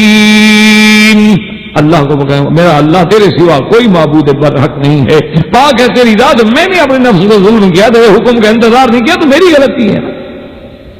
اللہ فرماتے ہیں ہم نے دعا سن لی، ہم نے اس غم سے ان کو نجات دی. اور صرف یہ نہیں کہ ہم نے یونس کی سن لی ہے، صرف اپنے پیاروں کی سنتے ہیں تمہاری یا غیروں کی. وَكَذَلِكَ نُنْجِي الْمُؤْمِنِينَ. اور اسی طرح ہم ایمان والوں کو نجات دیں گے جب ہمیں وہ پکارا کریں گے. اب اس کے بعد قرآن نے ان پر آخر میں فرمایا ارسلناہ الی مئۃ الف او یزیدون. اللہ نے پھر ان کو بھیجا. تو اگر فرید رسالت میں کوتاہی ہے تو پھر رسول بنا کے بھیج دیں. لیکن ہمارا موضوع صرف یہ تھا کہ اگر لوط علیہ السلام نے دعا مانگی ہے تو اللہ سے، اور یونس علیہ السلام نے دعا مانگی ہے تو اللہ سے. اور میرے محبوب محمد مصطفیٰ کیا کہہ رہے ہیں؟ کہتے ہیں قل اللہم مالک الملک تؤتی الملک من تشاء وتنزع الملک ممن تشاء وتعز من تشاء وتذل من تشاء بيدك الخير انك على كل شيء قدير. حضرت یعقوب کو دیکھے غم میں بیٹھے ہیں، کہتے ہیں انما اشکو بثی وحزنی الى اللہ. حضرت یوسف کو دیکھے کہتے ہیں رب السجن احب الی مما یدعوننی الیہ والا تصرف عنی. حضرت یونس کو دیکھیں، حضرت یوسف کو دیکھیں، حضرت یعقوب کو دیکھیں، اور میرے محبوب محمد مدنی مصطفیٰ صلی اللہ علیہ وسلم کو دیکھیں کہ جب طائف سے واپس آ رہے ہیں پاؤں خون سے بھرے ہوئے ہیں، اور حضور کہتے ہیں کہ اللہم الیک اشکو ضعف قوتی وقلت حیلتی وہوانی علی الناس۔ تو یاد رکھیں یہ ہے عبادت قولی کہ دعا مانگنا، زبان سے نظر ماننا، زبان سے کسی کو سورنا پکارنا، کسی کے آگے التجا کرنا، کسی سے مدد لینا، مدد مانگنا، یہ سب دعا ہے، اور دعا سب سے بڑی عبادت ہے، بلکہ عبادت کا مخ جو ہے وہ دعا ہے۔ تو اگر اس میں کسی غیر کو شریک کرے گا تو کافر ہو گا۔ اسی سے آپ اندازہ لگا لیں کہ اب جو مسلمان ہو کر بھی غیر اللہ کو پکارتے ہیں، مسلمان ہو کر بھی باقاعدہ یا علی مدد، یا پیر دستگیر، یا شیخ عبد القادر جیلانی شیئا للہ، یا معین الدین چشتی، یا وہاب الحق، یا فلان یا فلان یا فلان، غیر اللہ کو پکارتے ہیں اور اس کے بعد بھی کہتے ہیں کہ ہم ایماندار ہیں، ہم مومن ہیں، موحد ہیں، ہم تو مشرک نہیں۔ اچھا، کبھی کبھی یہ کہہ دیتے ہیں کہ جی دراصل یہ ہے کہ ان کو تو ہم نے اس لیے پکارا ہے نا کہ یہ ہماری سن کے آگے اللہ کو کہہ دیں۔ تو کیا مانا ہوا؟ یعنی آپ کی تو اللہ نہیں سنتے نا، پھر تبھی آدمی دیکھیں نا، اگر کوئی افسر ہماری نہ مانے تو سفارش لائیں گے نا، اگر وہ براہ راست آپ کا کام کر دے تو سفارش کی کیا ضرورت ہے؟ تو اگر تو خدا ہماری نہ سنتا ہو اور اللہ نے یہ حکم دیا ہو کہ میں تو صرف ان لوگوں کی سنوں گا جو صالحین ہیں، جو میرے پیارے ہیں، جو انبیاء ہیں، صدیقین ہیں، شہداء ہیں، مقربین ہیں، مقبولین بارگاہ ہیں، اور کسی کی میں نہیں سنوں گا، پھر تو ہے بات۔ لیکن اللہ جب یہ فرمائے کہ اذا سألک عبادی انی، جب تجھ سے پوچھے میرے بندے میرے بارے میں، انی قریب اجیب دعوت الداعی اذا دعان، بتا دیں کہ میں تو بہت قریب ہوں اور میں تو ہر پکارنے والے کی پکار سنتا ہوں۔ بلکہ حدیث مبارک میں آتا ہے کہ جب آخری رات کا حصہ ہوتا ہے، ینزل ربنا تبارک و تعالی، میرے اللہ عرش معلی سے آسمان دنیا پہ نزول فرماتے ہیں، کما یلیق بشانہ و کمالہ و جلالہ، عز شانہ جل شانہ و عز برہانہ، اور اس کے بعد کہتے ہیں حل من داعٍ حل من مستغفر، ہے کوئی معافی مانگنے والا، ہے کوئی مجھ کو پکارنے والا، ہے کوئی مجھ سے رزق لینے والا۔ اسی لیے کسی نے کیا خوب کہا ہے کہ اس وقت اللہ کی رحمت کی گویا ندا آ رہی ہے کہ ہم سے کوئی مانگنے والا ہے۔ ہم تو مائل بکرم ہیں، کوئی سائل ہی نہیں، ہم تو مائل بکرم ہیں، کوئی سائل ہی نہیں، اور راہ دکھلائے کسے راہ رو منزل ہی نہیں۔ اللہ فرماتے ہم تو دینے کے لیے تیار ہے، کوئی مانگنے والا بھی تو ہو نا۔ اسی لیے اللہ تبارک و تعالیٰ نے فرما دیا، یاد رکھیں کہ اب ہم نے بحث کی ہے عبادت قولی پر، کہ عبادت قولی جو ہے جس میں سب سے بڑی چیز دعا ہے۔ ہمیشہ یاد رکھیں کہ جب آپ غیر اللہ سے دعا مانگ رہے ہیں، چاہے یہ عقیدہ بھی کیوں نہ رکھیں کہ یہ آگے کہیں گے یہی عقیدہ تو مشرکین کا تھا، یہ ہمارے سفارشی ہیں، ما نعبدهم الا ليقربونا الى الله زلفى، ہم ان کی عبادت اس لیے کرتے ہیں کہ اللہ کے ہمیں قریب کر دیں گے۔ نصرانی بھی عیسیٰ کو اسی لیے پکارتے ہیں، کہتے ہیں اللہ کا بیٹا ہے، جب بیٹا باپ سے کہے گا ہمارا کام ہو جائے گا۔ یہودی بھی عزیر کو اسی لیے بلاتے ہیں کہ عزیر خدا کا بیٹا ہے، اور خدا کا بیٹا جب ہمارے بارے میں بات کرے گا تو ہمارا کام ہو جائے گا۔ تو یاد رکھیں کہ تمام عبادات خالص اللہ کے لیے ہے، فاعبد اللہ مخلص اللہ الدین، اور ولا یشرک بعبادت ربہ احدا، اور عبادت قولی ہو، عبادت بدنی ہو، عبادت قولی اور عبادت مالی اور بدنی ہو، عبادت اعتقادی ہو، ہر قسم کی عبادت جو ہے خالص اللہ کے لیے ہے۔ اس میں جب کسی غیر کو ذرا سا بھی کسی بھی نیت سے شریک کریں گے تو شرک آئے گا۔ اللہ ہر مسلمان کو، آپ کو، مجھے شرک سے بچائے اور صحیح عقیدے پہ سمجھنے کی اور اس پہ قائم رہنے کی توفیق عطا فرمائے۔ وما علینا الا البلاغ، وآخر دعوانا الحمد للہ رب العالمین۔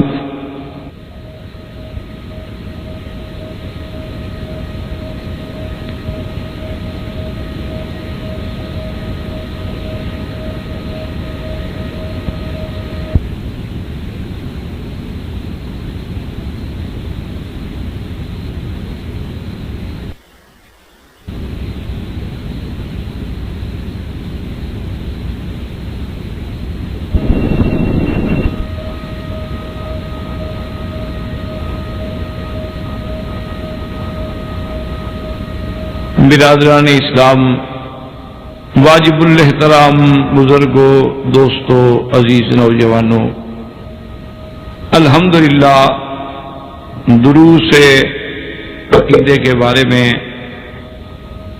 سابقہ درس میں ہم نے جو پڑھا تھا شرک عبادت، کہ اللہ کی عبادت میں شرک کرنا، اور اسی کے لیے آپ کے سامنے میں نے عرض کیا تھا کہ عبادت جو ہے چونکہ کئی اقسام ہیں اس کے، کہ عبادات جو ہیں قولی بھی ہوتی ہیں، عبادات جو ہیں فعلی بھی ہوتی ہیں، یا یوں سمجھ لیں کہ عبادات بدنی بھی ہوتی ہیں، مالی بھی ہوتی ہیں، مشترک بین البدن والمال بھی ہوتی ہیں، تو عبادات کے کئی قسم، اور یہ اللہ کے قرآن کا ایک فیصلہ ہے،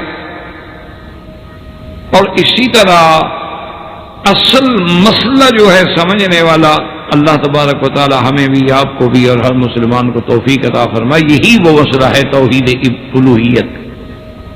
اللہ نے جتنے پیغمبر بھیجے ہیں وہ اسی مسئلے کے لیے تشریف لائے۔ کیا معنی؟ یعنی یوں سمجھ لیں کہ توحید ایک تو توحید ربوبیت ہے اور ایک توحید الوہیت ہے، ایک توحید ہے فی الاسماء والصفات۔ تو توحید ربوبیت کا جہاں تک تعلق ہے وہ تو سارے مشرکین جو ہیں، کافر جو ہیں، وہ سب کے سب مانتے ہیں۔ اسی لیے آپ نے دیکھا ہوگا کہ کفار کو بھی یہ دعویٰ ہوتا ہے کہ ہم تو مشرک نہیں، ہم تو شرک کو برا سمجھتے۔ اسی لیے مشرکین مکہ کو بھی یہ دعویٰ تھا کہ ہم ملت ابراہیم پہ ہیں، اسی لیے یہود کو بھی یہ دعویٰ ہے کہ ہم ملت ابراہیم پہ ہیں، نصارہ کو بھی یہ دعویٰ ہے کہ ہم ملت ابراہیم علیہ السلام پہ ہیں۔ اسی لیے اللہ نے قرآن میں سیدنا ابراہیم کے واقعات اور سیدنا ابراہیم علیہ السلام کے قصص مبارک کو متعدد صورتوں میں بیان فرمایا، کیونکہ جب سرکار دو عالم رحمت دو جہاں حبیب کبریا سیدنا محمد مصطفیٰ صلی اللہ علیہ وسلم کی بعثت ہوئی ہے تو آپ کا سب سے پہلا ٹکراؤ جو ہے مشرکین مکہ سے ہے۔ مدینہ منورہ جانے کے بعد جو ٹکراؤ ہے وہ یہود و نصارہ سے ہے۔ تو یہ تین قومیں جو ہیں وہ تو اس وقت موجود ہیں جب حضور آئے، اور ان تینوں کا یہ دعویٰ ہے کہ ہم ملت ابراہیمی پہ ہیں۔ اور آپ جانتے ہیں کہ ابراہیم الخلیل علیہ السلام تو ابو الانبیاء ہیں، اور ابراہیم الخلیل علیہ السلام جو ہیں وہ تو ماشاءاللہ یعنی سارا گویا کہ سراپا توحید ہیں۔ اس کی وجوہات کیا تھی؟ اس لیے ہمیشہ یاد رکھیں کہ وجوہات یہ تھیں کہ جتنے مشرک ہیں، کافر ہیں، وہ سب توحید جس کو وہ سمجھتے ہیں توحید ربوبیت کے وہ قائل ہیں۔ مثلا وہ اللہ کو خدا مانتے ہیں، اگر مشرکین مکہ خدا نہ مانتے تو خدا کے کعبے کو بنانے کی کیا ضرورت ہے بھائی؟ یعنی اگر آپ کے دماغ میں، آپ کے ذہن میں اللہ کی ذات پر ایمان ہی نہیں ہے تو اللہ کا گھر بنانے کا کیا مطلب؟ اگر آپ کا اللہ پہ ایمان ہی نہیں ہے تو پھر زمزم کو کھودنے کی کیا ضرورت ہے؟ اور زمزم مل جائے تو اپنے اولاد کی قربانی دینے کے لیے تیار ہو گئے، کیا وجہ ہے؟ اگر وہ خدا کو نہیں مانتے ہیں تو پھر حج کا کیا مطلب؟ تو اس لیے ہمیشہ یاد رکھیں اور بات کو سمجھیں کہ قرآن ہے، نصوص قطعیہ ہے کہ تمام کفار جو تھے جن کا واسطہ سرکار دو عالم صلی اللہ علیہ وسلم سے پڑا ہے وہ یہ عقیدہ رکھتے تھے کہ اللہ ہے اور اللہ مالک ہے، اللہ خالق ہے، اللہ نے آسمان و زمینوں کو پیدا کیا ہے، وہی ہمارا روزی رسان ہے، وہی رزاق ہے، یہ سارے ان کے عقیدہ تھا۔ اس کے باوجود بھی وہ مشرک ہیں۔ یعنی آپ دیکھیں اللہ کے قرآن میں موجود ہے، اللہ نے خود ارشاد فرمایا کہ میرے محبوب آپ ان سے سوال کریں، آپ ان کو چیلنج کریں، پوچھیں۔ قل من يرزقكم من السماء والأرض أم من يملك السمع والأبصار ومن يخرج الحي من الميت ويخرج الميت من الحي ومن يدبر الأمر فسيقولون الله فقل أفلا تتقون۔ اللہ نے فرمایا میرے محبوب آپ ان سے پوچھیں کہ من یرزقکم، آسمانوں اور زمینوں سے تمہیں رزق دینے والا کون ہے؟ کہ پانی برساتا ہے، کھیتیاں اگاتا ہے، تمہارے لیے اسباب رزق پیدا کرتا ہے، یہ رزق دینے والا کون ہے؟ کون تمہیں رزق دیتا ہے؟ اور تمہیں یہ قوت سامعہ دینے والا، باصرہ دینے والا، سننے کی قوتیں، دیکھنے کی قوتیں، ان سب کا مالک کون ہے؟ اور اس کے بعد اللہ نے فرمایا میرا محبوب آپ ان سے پوچھیں کہ وَمَن يُخْرِجُ الْحَيَّ مِنَ الْمَيِّتِ، کہ زندہ کو مردہ سے نکالنے والا اور مردہ کو زندہ سے نکالنے والا وہ کون؟ اس کے بارے میں علماء نے دو قول لکھے ہیں. ایک تو قول یہ لکھا ہے کہ جیسے بعض حیوان جو ہیں آپ دیکھیں یا جانور ہیں، پرند ہیں، جیسے مچھلی انڈے دیتی ہے، مرغی انڈے دیتی ہے، بہت سارے پرندے ہیں جو انڈے دیتے ہیں، تو اب بظاہر دیکھیں کہ پرندہ تو زندہ ہے لیکن اندر سے ایک مردہ انڈا پیدا ہو گیا، تو زندہ سے مردہ کو نکال دیا. اسی طرح بظاہر ہم دیکھ رہے ہیں کہ وہ انڈا مردہ ہے لیکن اس سے پھر بچہ پیدا ہو جاتا ہے. اس کو رکھ دیں مرغی کے نیچے ایک مدت معینہ تھا کہ جب اس کو گرمی پہنچتی ہے اس کے اندر سے بچے پیدا ہو جاتے. بعض علماء نے اس کا یہ انداز اختیار فرمایا اور بعض علماء کرام اس کو فرماتے ہیں کہ نہیں، اس کا مقصد یہ ہے کہ کسی زندہ سے مردہ کو نکالنا. زندہ سے مراد ہے ایمان والا اور مردے سے مراد ہے کافر. جیسے اللہ کا پیغمبر نوح علیہ السلام بھائی ہے اور بیٹا کافر ہے، اور مردہ سے زندہ کو نکالنا کہ ابو جہل کافر ہے اور بیٹا جو ہے حضرت اکرمہ رضی اللہ تعالیٰ عنہ صحابی جلیل اور بطر من ابطال الاسلام. اور اسی طریقے سے آپ دیکھ لیں کہ ولید بن المغیرہ جو ہے وہ کافر ہے اور حضرت خالد جو ہے وہ سیف الرحمان ہے. اسی طرح آپ دیکھ لیں کہ آدر جو ہے وہ کافر ہے، بت پرست ہے، اور بیٹا جو ہے وہ ابو الانبیاء اور خلیل اللہ ہے اور خلیل الرحمان ہے. اس لیے بعض علماء نے فرمایا کہ یہاں زندہ مردہ سے مراد یہی ہوتا ہے. اصل میں قرآن میں آپ دیکھیں گے جہاں جہاں موتا اور زندہ کا ذکر آتا ہے وہاں وہ یہ موتا مراد نہیں ہوتے جو مر گئے ہیں اور قبروں میں پڑے ہیں. وہاں اصل بات یہی ہوتی ہے کہ اصل اللہ کے ہاں وہ زندہ ہے جو ایمان والا ہے. جو کافر ہے وہ لاکھ چلتی پھرتی لاش ہے، وہ حقیقت میں مردہ. اس لیے فرمایا ومن يخرج الحي من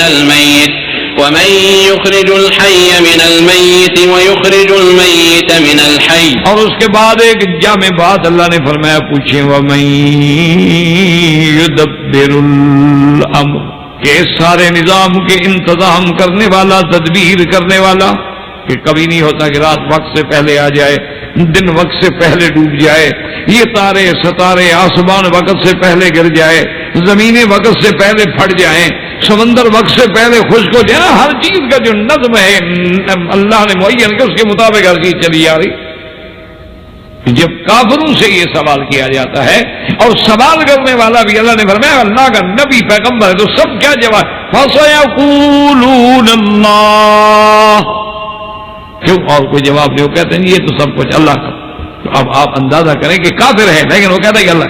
اسی طرح دوسری جگہ پر وَلَئِن سَأَلْتَهُمْ مَنْ خَلَقَ السَّمَاوَاتِ وَالْأَرْضَ لَيَقُولُنَّ اللَّهُ.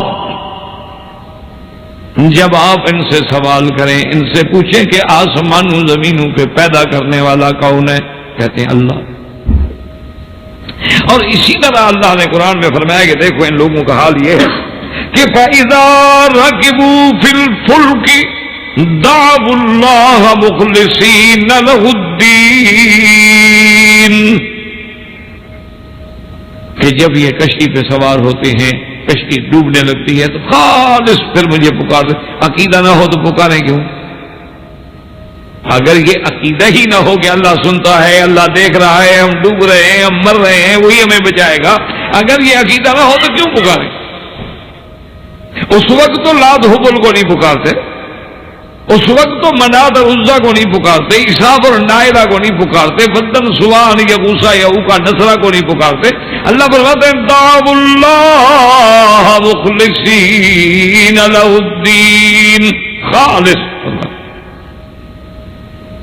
اور اسی طرح دیکھیں احرام باندھتے ہیں، تلبیہ کہتی ہیں لبیک اللہم لبیک، لبیک پڑھ رہے ہیں اور اللہم لبیک. اور دیکھ لیں کہ عبد المطلب نے جب ابرہہ نے چڑھائی کی ہے تو کعبے کے دروازے پہ کھڑا ہے اور کہتا ہے کہ یا اللہ آپ جانتے ہیں کہ قریش مقابلہ نہیں کر سکتے، یا اللہ اپنے اس گھر کی عزت کی حفاظت فرما. یعنی آپ اندازہ کریں کہ وہ اگر پناہ مانگ رہے ہیں اور کعبۃ اللہ کی حفاظت کی درخواست کر رہے ہیں تو اللہ سے کر رہے ہیں۔ اسی لیے آپ حدیثوں میں دیکھیں گے ابھی حضور صلی اللہ علیہ وسلم میرے آقا کا بالکل عین یعنی رضاعت کا دور ہے، کیوں سمجھ رہے ہیں، یعنی دودھ پینے کا زمانہ ہے، اور مکے میں قحط سالی ہے اور بارشیں نہیں ہوئیں اور لوگ پریشان ہیں۔ تو لوگوں نے جب آپ کے خاندان سے، آپ کے دادا سے، آپ کے چچا سے سب سے درخواست کی کہ قحط سالی ہو گئی ہے، آپ لوگ دعا کریں، تو پتہ ہے کہ انہوں نے کیا کیا، حضور صلی اللہ علیہ وسلم اسی بچپن کے عالم میں حضور کو اٹھا کے لے آئے اور آگے کعبۃ اللہ کی جو چوکٹ ہے نا، دروازہ تھوڑا سا آگے بڑھا ہوا ہے، وہاں رکھ دیا، اور اس کے بعد اللہ سے مانگ رہے ہیں کہ اللہ میاں بارش عطا فرما دے، ہمارے پاس اور تو کوئی ذریعہ ہے نہیں، ہم اسی کو لائے ہیں۔ یعنی اگر اندازہ کریں ان کا خدا پر عقیدہ نہ ہو تو کوئی اس طرح دعائیں مانگتا ہے؟ اچھا خدا کی شان دیکھیں کہ جب دعائیں مانگی تو اللہ نے بارش بھی دے دی۔ اسی پہ آپ کے چچا نے وہ مشہور قصیدہ لکھا تھا حضور پاک کی شان میں کہ وَأَبْيَضَ يُسْتَسْقَى الْغَمَامُ بِوَجْهِهِ، کیا ایک گورے چہرے والے تیرے چہرے کو دیکھ کے اللہ کے بادل بھی جوش میں آ جاتے ہیں، کہ تیرے چہرے کو دیکھ کے اللہ کی رحمت بھی جوش میں آ جاتی ہے اور بارش برسنی شروع ہو جاتی ہے۔ سِمَالُ الْيَتَامَى وَعِصْمَةٌ لِلْأَرَامِلِ، حضور کی شان میں قصیدہ پڑھ رہا ہے۔ تو آپ اس کے علاوہ اور بڑی بات دیکھیں کہ ابو جہل جب مقام بدر کے لیے جنگ لڑنے کے لیے جا رہا ہے تو پتہ ہے کہ آ کے اللہ کے کعبے میں کھڑا ہو گیا، کہتا ہے کہ اللہم، کہ میرے اللہ آج ہم دو جماعتیں ہیں، ایک طرف محمد الرسول اللہ کی جماعت ہے اور ایک طرف قریش کی جماعت ہے، اور یا اللہ ہم دو میں سے جو جھوٹا ہے، جو باطل پہ ہے، جو کذاب ہے اس کو ہلاک کر۔ یعنی اللہ سے دعا مانگ رہا ہے اور اتنے یقین کے ساتھ مانگ رہا ہے کہ یا اللہ یہ تو ایسے لوگ ہیں کہ جب سے محمد رسول اللہ آئے ہیں پورے قریش کو لڑا دیا ہے، باپ بیٹے سے الگ ہے، بیوی خاوند سے الگ ہے، یہ تو سب کو لڑا کر لڑانے والے، ہم تو بڑے کٹھے تھے، ایک عقیدے پہ چل رہے تھے۔ تو آپ اندازہ فرمائیں کہ اس کے بعد آخر وہ کیوں مشرک ہیں؟ خدا کو وہ مانتے ہیں، رزاق وہ مانتے ہیں، مالک وہ مانتے ہیں، خالق وہ مانتے ہیں، اور دکھوں میں وہ پکارتے ہیں، مصائب میں وہ پکارتے ہیں، حج پڑھنے کے لیے وہ جاتے ہیں، بچے کا عقیقہ وہ کرتے ہیں، بچوں کا ختنہ وہ کرتے ہیں، حجاج کے لیے زمزم کا انتظام وہ کر رہے ہیں، اور حجاج کو یعنی کھانا کھلاتے تھے۔ سریر ہاشم کی شریر جو آپ کے دادا کی مشہور تھی کہ بڑے بڑے اونٹ ذبح ہو کے ان کے اندر روٹی کو بھگو کے ان کے شوربے میں کھلائی جاتے تھے۔ تو یہ ساری خدمتیں کرنے کے بعد مشرک کیا ہے؟ وجہ وہی ہے شرک بالعبادت، جس کے لیے ہم عرض کر رہے ہیں کہ اسی بات کو سمجھ لو۔ اچھا، اور خدا کی قدرت دیکھیں کہ یعنی مکے کا مشرک ہے، کافر ہے، دشمن اسلام ہے، دشمن توحید ہے، لیکن وہ دکھ میں اللہ کو پکارتا ہے، وہ مدبر اللہ کو سمجھتا ہے، وہ خالق اللہ کو مانتا ہے، وہ رازق اللہ کو مانتا ہے۔ اور ایک آج کا ہمارا جاہل مسلمان ہے، نعوذ باللہ ثم نعوذ باللہ، وہ اتنا گر گیا ہے، وہ کہتا ہے ذی تصرف بھی ہے، معزون بھی ہے، مختار بھی ہے، بندہ قادر کا بھی ہے، قادر عبد القادر۔ یعنی یہ شرک تو ابو جہل کو بھی نہیں آتا ہو کہ ذی تصرف بھی ہے، وہ کہتے ہیں اب تو تصرف ہمارے اسی پیر کے ہاتھ میں ہے، جو چاہے کر دے۔ معزون بھی ہے، اللہ اذن دے چکے ان کو، جو چاہو کرو۔ مختار بھی ہے، اللہ نے ان کو اختیار بھی دے دیا ہے کہ اب جو چاہیں جس کو پکڑیں، جس کو چاہیں چھڑوائیں، جس کے بیڑے چاہیں ترا لیں، جس مردہ کو چاہیں زندہ کر لیں اور جس کو چاہیں مردہ کر لیں۔ مختار بھی ہے، کار عالم کا مدبر بھی ہے، یہ سارے نظام عالم کو چلانے والا کون ہے؟ عبد القادر۔ پیران پیر جو ہے وہ سارے نظام عالم کا مدبر بھی ہوا۔ آخر میں وہ کہتا ہے یار اور کیا پوچھے ہو، اس کا نام بھی تھا نا غلام قادر، تو کہتا ہے بندہ قادر کا بھی ہے، قادر عبد القادر۔ وہ کہتے ہیں بات چھوڑو، میرا تو قادر بھی یہی ہے۔ یعنی اندازہ فرما لیں تو یہ شرک تو ان کو بھی کبھی نہیں ہوا تھا کہ اگر وہ ڈوبتے ہیں خدا کو پکارتے ہیں، اور ہمارا بندہ ڈوبتا ہے تو حضرت معین الدین چشتی کو پکارتے ہیں، پھر بھی کہتے ہیں ہم مسلمان ہیں۔ بگردابے بلا افتاد کشتی، مدد کن یا معین الدین چشتی. اور کتنے مسلمان ہیں مکے میں رہتے ہوئے اجمیر کے اس کے پیسے بیچتے ہیں، کعبۃ اللہ میں رہنے والے، مکے مدینے میں رہنے والے، سرزمین حرم میں رہنے والے، اللہ کے گھر کا طواف کرنے والے اتنے بد عقیدہ ہیں کہ یہاں سے پیسے بیچتے ہیں کہ جی وہاں اس دفعہ عرس شریف ہوگا، اجمیر شریف کا پیسہ بیچنا ہے. یعنی آپ اندازہ کریں، حیران ہوں گے آپ. تو اصل مسئلہ بات سمجھیں وہ ہے کہ لاکھ یہ مانتے رہیں یہ توحید ربوبیت ہے، اور اصل کیا ہے توحید الوہیت. الوہیت کا کیا معنی ہے؟ پہلے سے جو ہم نے پڑھا تھا کہ الہ کا معنی کیا ہے؟ معبود برحق. معنی یہ ہے کہ اللہ کی عبادت میں شریک نہ کرو. اور وہ مشرک کیوں تھے کہ اللہ کو مان رہے ہیں، حج کر رہے ہیں، لیکن کہتے ہیں لبیک اللہم لبیک، لبیک لا شریک لک لبیک الا شریکا تملکہ وما ملک. کہتے ہیں اللہ تیرا کوئی شریک نہیں، ہاں مگر یہ پیارے ہیں جن کو تو نے خود اپنا شریک آپ بنایا ہے، ہم نے تو نہیں بنایا، آپ نے تھوڑا تھوڑا ان کو بھی اختیار دے رکھا ہے. وہ کہتے تھے وَيَعْبُدُونَ مِن دُونِ اللَّهِ مَا لَا يَضُرُّهُمْ وَلَا يَنفَعُهُمْ وَيَقُولُونَ هَؤُلَاءِ شُفَعَاؤُنَا عِندَ اللَّهِ. یہ جو ہمارے آلیہ ہیں جن کی ہم پوجا کر رہے ہیں یہ اللہ تک ہمیں پہنچائیں گے. یہودی کہتا ہے عزیر ہمیں پہنچائے گا، نصرانی کہتا ہے عیسیٰ علیہ السلام ہمیں پہنچائیں گے، اور جو آگے بڑھ جاتے ہیں وہ کہتے ہیں کہ نہیں اب تو خود عیسیٰ خدا ہے. تو اس لیے اصل شرک کیا ہے؟ شرک فی العبادت. اور اصل توحید کیا ہے؟ توحید الوہیت. اسی کے لیے اللہ نے 1,24,000 پیغمبر بھیجا. وَلَقَدْ أَرْسَلْنَا نُوحًا إِلَىٰ قَوْمِهِ فَقَالَ يَا قَوْمِ اعْبُدُوا اللَّهَ مَا لَكُم مِّنْ إِلَٰهٍ غَيْرُهُ أَفَلَا تَتَّقُونَ. اللہ کے پیغمبر سب سے پہلے رسول نوح علیہ السلام آئے ہیں، اپنی قوم کو کیا کہنے گئے؟ قوم بس اللہ کی عبادت کرو. وَإِلَىٰ عَادٍ أَخَاهُمْ هُودًا قَالَ يَا قَوْمِ اعْبُدُوا اللَّهَ مَا لَكُم مِّنْ إِلَٰهٍ غَيْرُهُ. قوم عاد کی طرف حضرت ہود آئے ہیں تو کیا کہہ رہے ہیں کہ اعبدوا اللہ، اللہ کی عبادت کرو جس کے سوا کوئی معبود برحق. وَإِلَىٰ ثَمُودَ أَخَاهُمْ صَالِحًا قال يا قوم اعبدوا الله ما لكم من إله غيره وإلى مدين أخاهم شعيبا قال يا قوم اعبدوا الله ما لكم من إله غيره. حضرت ابراہیم دیکھیں کیا کہتے ہیں، یا ابت لم تعبد ما لا يسمع ولا يبصر وَلَا يُغْنِي عَنْكَ شَيْئًا. اور دیکھیں کہ میرا مدنی محمد مصطفیٰ سرکار دو عالم کیا کہتے ہیں کہ یا ایھا الناس اعبدوا ربکم الذی خلقکم والذین من قبلکم. اور کہیں فرماتے ہیں وَاعْبُدُوا اللَّهَ وَلَا تُشْرِكُوا بِهِ شَيْئًا. اور کہیں فرماتے ہیں فَمَنْ كَانَ يَرْجُو لِقَاءَ رَبِّهِ فَلْيَعْمَلْ عَمَلًا صَالِحًا وَلَا يُشْرِكْ بِعِبَادَةِ رَبِّهِ أَحَدًا.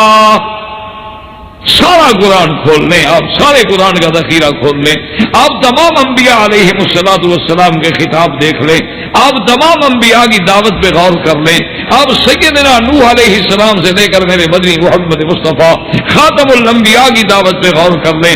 اس کے بعد آپ صحابہ کی زندگی دیکھیں، خلفائے راشدین کی زندگی دیکھیں آپ، تابعین کی زندگی دیکھیں، تبع تابعین کی زندگی، سب کی دعوت ایک تھی کیا کہ عبادت میں شرک نہ کرو، اللہ کی عبادت میں. بس جب تک اس مسئلے پہ نہیں آؤ گے سمجھو کہ ہمارا نہ نمازیں کسی کام کی ہیں نہ روزہ کی. کیونکہ ایمان کے لیے یہ شرط ہے اعمال صالحہ کب قبول ہوں گے؟ من عمل صالحا من ذکر او انثى وهو مؤمن، یہ شرط ہے. اگر مومن نہیں تو پھر اعمال صالحہ کیا؟ اگر ایمانی نہیں تو پھر تو آپ لاکھ ہسپتالیں بنا دیں، نیکی کے کام کریں، سب کچھ کریں، فَلَا نُقِيمُ لَهُمْ يَوْمَ الْقِيَامَةِ وَزْنًا. اللہ فرماتے ہیں اس عمل کا ذرے کے برابر بھی وزن نہیں ہوگا قیامت والے دن میں۔ اچھا آپ کوئی اعتراض کرے دیکھو جی یہ تو اچھی بات نہیں ہے، چلو کافر ہے، چلو یہودی ہے، نصرانی ہے، لیکن اس نے جناب زلزلے میں مدد کی ہے، اس نے جناب فلاں حادثے میں مدد کی ہے، بڑے بڑے کالج بنائے ہیں، بڑی بڑی یونیورسٹیاں بنائی ہیں، بڑے بڑے اسپتال بنائے، تو اللہ فرماتے ہیں من كان يريد الحياة الدنيا وزينتها نوفي إليهم أعمالهم فيها وهم فيها لا يبخسون۔ اللہ فرماتے ہیں جو بندہ دنیا میں اچھے کام کر رہا ہے وہ کیا چاہتا ہے کہ مجھے دنیا میں عزت ملے، اللہ کہتے ہیں وہ تو ہم پوری پوری دے دیتے ہیں، وہ تو کام ہی دنیا کے لیے کر رہا ہے نا، اس کا آخرت پر تو ایمان ہے ہی نہیں۔ وہ دنیا میں جو کام کر رہا ہے کہ دنیا کا ہے بڑا سخی ہے، یہ بڑا کریم ہے، یہ بڑا معاون ہے، یہ بڑا جناب انسانی حقوق کا علم بردار ہے، یہ دیکھو جی مظلوموں کا بڑا حامی ہے، اور یہ دیکھو جناب اس کو فلاں مقام تو اللہ فرمایا وہ تو ہم نے دنیا میں دے دیا، اور پھر اس کے بدلے میں اس کو صحت دی، اولاد دی، مال دیا، اس کے رزق میں برکتیں دے دی، تو ہم نے وہ بھی نہیں اعمالهم فیہا، ہم پورے کا پورا بدلہ اس کو دنیا میں دے دیتے ہیں، اور ہم فیہا لا یبخسون، اور اس میں ذرے کے برابر بھی ہم گھاٹا نہیں کرتے اس کا۔ لیکن آخرت اولئک الذین لیس لہم فی الآخرۃ الا النار، ہاں ان کے لیے اب آخرت میں ماں سوائے جہنم کے کچھ نہیں۔ کیوں؟ ایمان جو نہیں، جب ایمان ہی نہیں۔ ایک آدمی کے بارے میں سیدہ عائشہ صدیقہ رضی اللہ تعالی عنہ نے پوچھا کہ یا رسول اللہ صلی اللہ علیہ وسلم فلاں جو سردار گزرے ہیں وہ تو حضور بڑا غریبوں کا مددگار تھا، اس نے یا رسول اللہ سینکڑوں غلام آزاد کیے ہیں، کیا اس کو قیامت میں فائدہ ہوگا؟ آپ نے فرمایا کہ نہیں عائشہ، اس کا تو قیامت میں ایمان ہی نہیں تھا، جب اس نے قیامت کے لیے اللہ سے مانگا ہی نہیں تو اللہ کیوں دے؟ دیکھو نا جی، آپ ایک آدمی کے پاس جاتے ہیں، آپ کہتے ہیں نہیں مہربانی کر کے مجھے جو ہے نا بس مہربانی کر کے مکہ شریف میں ایک مکان بنا دیں، تو آپ نے مکہ کا ہی مانگا ہے، مدینے پاک کا تو آپ نے مانگا ہی نہیں، تو پھر کوئی اعتراض کرے جی آپ مکے میں تو مکان دیا، مدینے میں کیوں نہیں بنا دیا؟ تو اس لیے ہمیشہ یاد رکھیں کہ اصل چیز جو ہے وہ ہے توحید الالوہیت، اور منع کیا ہے کہ فلا یشرک بعبادت ربہ احدا، اللہ کی عبادت میں شرک نہ کرے۔ اور اسی لیے ہم نے پچھلے درس میں عرض کیا تھا عبادات قولیہ، عبادات قولیہ میں دعا ہے، اسی لیے میں نے سارے انبیاء کی دو قرآن کی دعائیں آپ کو سنائی کہ عبادات قولی میں بھی اللہ کے ساتھ شرک نہ کرو۔ اور دوسری عبادات کیا ہیں؟ بدنی۔ عبادات بدنی کا کیا معنی ہے؟ جیسے نماز، اس میں آپ کا بدن ہی صرف ہو رہا ہے نا، کوئی پیسہ نہیں لگ رہا، آپ نے وضو کیا، مسجد میں آئے، نماز پڑھی، چلے گئے، خرچ نہیں ہوا، کوئی پیسہ نہیں لگا، لیکن محنت تو ہے نا، اگر آپ دھوپ میں آئے ہیں، آپ نے وضو کیا ہے، آپ نے ٹائم لگایا، تو یہ جو ہے عبادات بدنیہ، اس میں اس کی جو حکم ہے اللہ کے لیے، یاد رکھے کہ یہ بھی کس کے لیے ہو؟ خالص اللہ۔ جیسے اللہ نے فرمایا یا مریم اقنتی لربک واسجدی وارکعی مع الراکعین، اللہ تبارک و تعالی نے فرمایا اپنے پیارے نبی صلی اللہ علیہ وسلم کو اور خطاب آپ کی امت کو کہ وسجد وقترب، سجدہ اللہ کے لیے، عبادت اللہ کے لیے، نماز اللہ کے لیے، اور نماز میں چونکہ اہم رکن جو ہے وہ سجدہ ہے، اس لیے قرآن کہتا ہے وَأَنَّ الْمَسَاجِدَ لِلَّهِ فَلَا تَدْعُوا مَعَ اللَّهِ أَحَدًا، مساجد جمع ہے مسجد کی، یاد رکھیں گے مسجد کے بارے میں علماء نے لکھا ہے، ایک معنی تو مسجد کا یہ ہوتا ہے یہ مسجد ہے جہاں آپ نماز پڑھنے کے لیے آتے ہیں، یہ بھی مسجد ہے، اس کو بھی مساجد کہا جاتا ہے۔ اور ایک مسجد کا معنی ہوتا ہے وہ اعضاء جو سجدہ کرتے ہیں، اعضاء سجدہ کا نام بھی مساجد، مسجد، کیونکہ انسان جب سجدہ کرتا ہے، یاد رکھیں کہ یسجد علی سبعۃ اعضاء، وہ 7 اعضاء پہ سجدہ کرتا ہے، کہ جب آدمی سجدہ کر رہا ہے تو دونوں ہاتھ بھی نیچے رکھے گا، گھٹنے بھی نیچے رکھے گا، پاؤں بھی نیچے رکھے گا، ناک اور پیشانی بھی نیچے رکھے گا۔ اسی لیے فقہاء یا احناف کے نزدیک، جیسے ہمارے بعض لوگ ہوتے ہیں جب سجدے میں جاتے ہیں تو پیچھے پاؤں اٹھا کے کھیلتے رہتے ہیں، تو فقہاء یا احناف کے نزدیک اگر وہ پاؤں اٹھا لے زمین سے سجدے کی حالت میں تو بعض علماء فرماتے ہیں کراہت، اور بعض کہتے ہیں نماز فاسد ہو گئی، کہ سجدہ ہوا ہی نہیں۔ یہ بہت سارے لوگ ایک عادت بن گئی ہے، سجدہ کریں گے پیچھے ٹانگ ویسے اٹھاتے رہے۔ اللہ کے بندے، جیسے ہاتھوں نے سجدہ کیا اسی طرح پاؤں کی انگلیاں بھی وہی ہوں، اسی طرح تمہاری پیشانی بھی وہی ہو، اسی طرح تمہارا ناک بھی ہوئی. اچھا اور آج تک سمجھ بھی نہیں آئی کہ ان کو اسی وقت پاؤں ہلانے میں کیا لطف آتا ہے. خدا جان ایک رواج بن گیا ہے, ایک مذاق ہے, بن گئی ہے, بس لوگ ہیں. کیونکہ ورنہ اسی لیے ہماری نمازوں میں وہ حلاوت نہیں ہے. آپ دیکھتے نہیں ہیں کبھی یہاں ہاتھ باندھ کے کھڑے ہو جائیں گے, یہ کون سی حدیث مبارک ہے کہ اس جگہ کو پکڑ لو. ہمیں تو آج تک یہ حدیث مبارک نہیں ملی. بھئی ہاتھ سینے پہ باندھنا حدیث میں ہے, ناف کے نیچے باندھنا حدیث میں ہے, ناف پہ باندھنا حدیث میں ہے, یدع یمینہ علی شمالہ کی یہ جگہ جو ہے یہاں رکھے. لیکن یہ تو کہیں بھی نہیں آیا. ایک حدیث دکھا دیں گے یوں ہاتھ پکڑنے, لیکن رواج ہے, مرضی ہے. اچھا مرضی آئے گی تو گھڑی نکال کے ٹائم دیں گے, وہ بھی جیب میں ڈال. مرضی آئے تو ذرا غوطرا بھی ٹھیک کر دیں گے کہ ذرا پھول تو خراب نہیں, کریز تو نہیں ٹوٹ گئی نا. اور پھر یہ جو یوں میں نے ڈالا ہے تو صحیح ہے یا یہ آدھا ہے, زیادہ تو نہیں آ گیا. یہ نماز ہے. اسی کا نام قنوت ہے, اسی کا نام خشوع ہے کہ قد افلح المؤمنون الذین هم فی صلاتهم خاشعون. تو اس لیے ہمیشہ یاد رکھیں کہ سب سے اہم چیز جو ہے سجدہ ہے. اسی لیے حکم ہے کہ بندہ جب اللہ کے سب سے زیادہ قریب کب ہوتا ہے, جب سجدے میں ہوتا ہے. کیونکہ اللہ کی صفت علو ہے, وہ عرش اولا پہ ہے, اور بندہ جب اپنے چہرے کو مٹی میں ڈال دیتا ہے وہ انتہائی عاجزی ہے اور انتہائی ذلت ہے. تو جب بندہ انتہائی عاجزی کی آخری حدوں کو چھوتا ہے تو اللہ کے قریب ہو جاتا ہے. اسی لیے حکم ہے کہ سجدے میں دعا کیا کرو. وَقَامِنٌ أَن يُسْتَجَابَ لَكُمْ, یہ قریب ہے کہ اللہ تمہاری سجدے میں کی ہوئی دعائیں جو ہیں وہ سن لیں. لیکن بس یہاں بھی تھوڑا سا فرق ہے امام ابو حنیفہ رحمۃ اللہ علیہ اور باقی ائمہ کا, کہ باقی ائمہ یہ فرماتے ہیں کہ نماز فرض ہے, نماز واجب ہے, نماز سنت ہے, نفل ہے. ہر نماز کے سجدے میں آپ دعائیں کر سکتے ہیں. اور امام ابو حنیفہ رحمۃ اللہ علیہ فرماتے ہیں کہ فرض نماز اگر ہے تو اس میں تو تسبیحات میں اضافہ کر, کہ جیسے سبحان ربی الاعلی 3 دفعہ کے بجائے 5 دفعہ کہہ دو, 5 دفعہ کے بجائے 7 دفعہ کہہ دو, 7 دفعہ کے بجائے 11 دفعہ کہہ دو. لیکن اگر نفل نماز ہے, چونکہ نفل نماز میں تمہارے لیے وسعت ہے, ساتھ ہے, جتنا لمبا سجدہ کرو, جتنا لمبا قنوت کرو, جتنا لمبا رکوع کرو, وہ فرماتے ہیں کہ نفل نماز ہے تو اس سجدے میں آپ دعائیں کر سکتے ہیں. لیکن اگر فرض نمازیں ہیں تو وہاں تسبیحات کو بڑھا دیا جائے, کیونکہ ایک حدیث مبارک میں یہ بھی آتا ہے, اللہ فرماتے ہیں کہ من شغلہ ذکری, جس بندے کو میرے ذکر نے مشغول کر دیا ہے کہ وہ میرے ذکر میں اتنا کھو گیا ہے کہ اپنے لیے مانگنے کا بھی اس کو وقت نہیں ملتا, تو اللہ نے فرمایا اس کو میں بغیر مانگے مانگنے والوں سے بھی زیادہ بہتر عطا کر. تو بہرحال مقصد یہ ہے کہ مقام سجدہ جو ہے کہ انسان جب سجدے میں ہوتا ہے نا, یہ سب سے اہم ترین, یعنی اسی لیے آپ دیکھیں نا کہ سب سے عزت والا عضو جو اللہ نے بندے کو دیا ہے وہ کیا ہے, چہرہ. اللہ نے ہاتھ دیے ہیں, پاؤں دیے, سب کچھ دیے ہیں, لیکن جہاں بھی ذکر آیا اللہ نے چہرے کا کیا ہے کہ فَوَلِّ وَجْهَكَ شَطْرَ الْمَسْجِدِ الْحَرَامِ.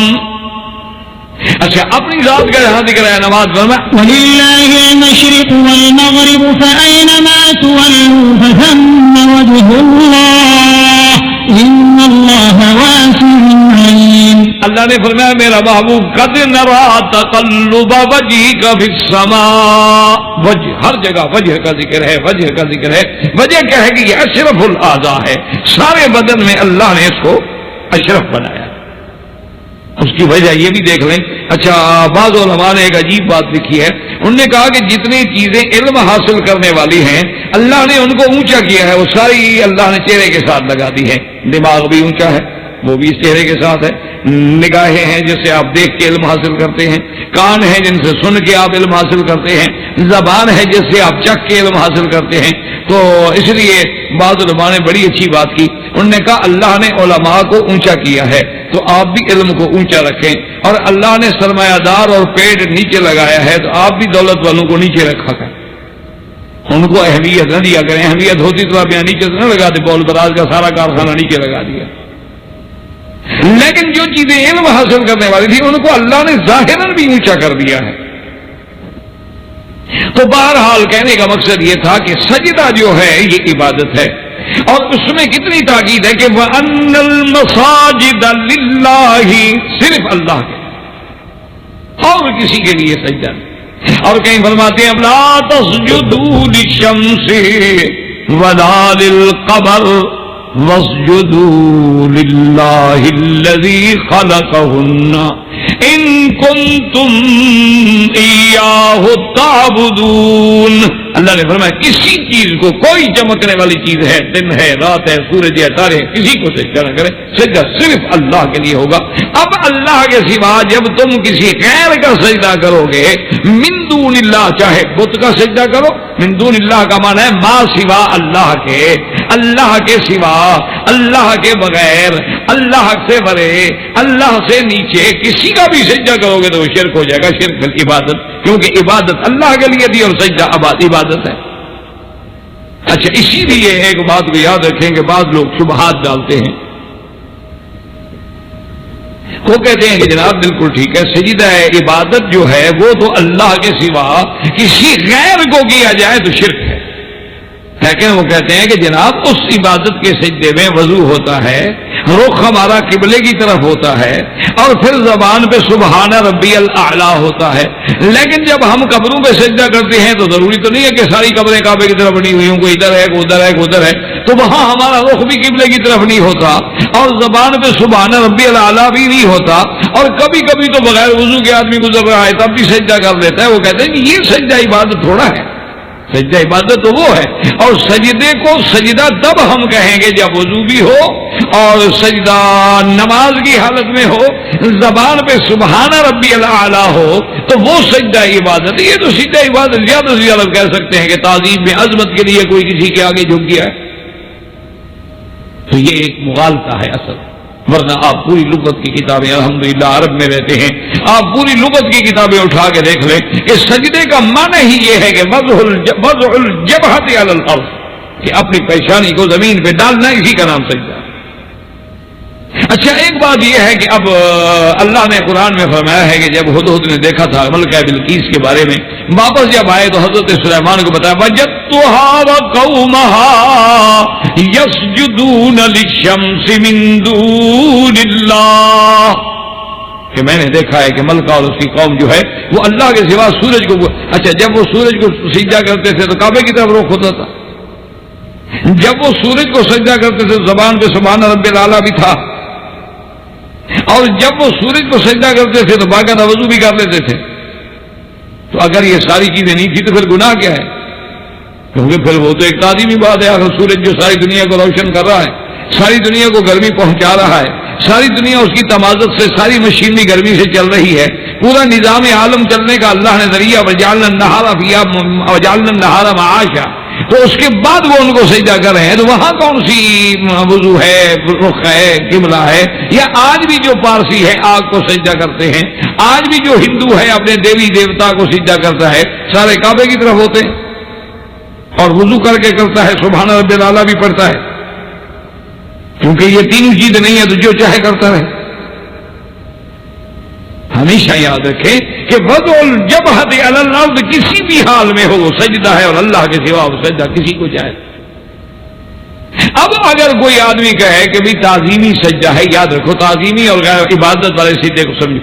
اگر دل میں یہ عقیدہ ہے کہ جس کو میں سجدہ کر رہا ہوں وہ واحد ہے، وہ احد ہے، وہ علام الغیوب ہے، وہ فعال لما یرید ہے، وہ متصرف ہے، ساری کائنات میں اسی کا تصرف ہے، اس عقیدے کو، اور حاضر ناظر ہے، دیکھ رہا ہے، جان رہا ہے، اس عقیدے کو سامنے رکھ کے جواب کریں گے تو یہ ہوگا عقیدہ سجدہ عبادت، یہ ہوگا عبادت کا سجدہ. اچھا، یہ عقیدہ تو نہیں کہتا ہے وہ حاضر ناظر بھی نہیں ہے، وہ نفع نقصان کا مالک بھی نہیں ہے، وہ عالم الغیب بھی نہیں ہے، وہ مختار بھی نہیں ہے، لیکن صرف اس کی عظمت کے پیش نظر جھک رہا ہے، وہ عقیدے نہیں رکھتا تو یہ ہوگا سجدہ تعظیمی. لیکن شریعت محمد مصطفیٰ میں دونوں سجدے اللہ کے سوا حرام ہیں. یعنی یہ عقیدہ رکھے کہ اللہ دیکھ رہا ہے، سنتا ہے، حاضر ناظر ہے، متصرف ہے، خالق ہے، مالک ہے، ہمارے نفع نقصان، تو یہ تو ہوگا عبادت کا سجدہ. اگر یہ عقیدہ نہیں رکھتا، وہ کہتے ہیں نہیں، نہ حاضر ناظر ہے، نہ نفع نقصان کا مالک ہے، نہ نافع ہے، نہ دار ہے، نہ متصرف فی الامور ہے، لیکن میں تعظیم کر رہا ہوں، تو یہ سجدہ تو تعظیمی کہلائے گا. لیکن شریعت اسلام میں، شریعت محمد مصطفیٰ میں یہ بھی حرام. صحیح حدیث ہے کہ ایک صحابی ہے، ان کا نام ہے قیس بن سعد. قیس بن سعد آئے ایک دفعہ حضور صلی اللہ علیہ وسلم کی خدمت میں اور ارادہ کیا کہ میں حضور کے آگے جھک جاؤں اور سجدہ کروں. تو فرمایا بات کیا کر رہے؟ نے کہا یا رسول اللہ میں جاتا رہتا ہوں, دنیا کے بڑے بڑے بادشاہوں کے دربار میں نے دیکھے ہیں اور وہاں تو باقاعدہ لوگ سجدہ کرتے ہیں, اور آپ تو پھر ہمارے بادشاہ نہیں, آپ تو ہمارے دین کے بھی بادشاہ ہیں, دنیا کے بھی بادشاہ ہیں, اللہ کے رسول ہیں, نبی ہیں, امام الانبیاء ہیں, آپ کو سجدہ کیوں نہ کریں؟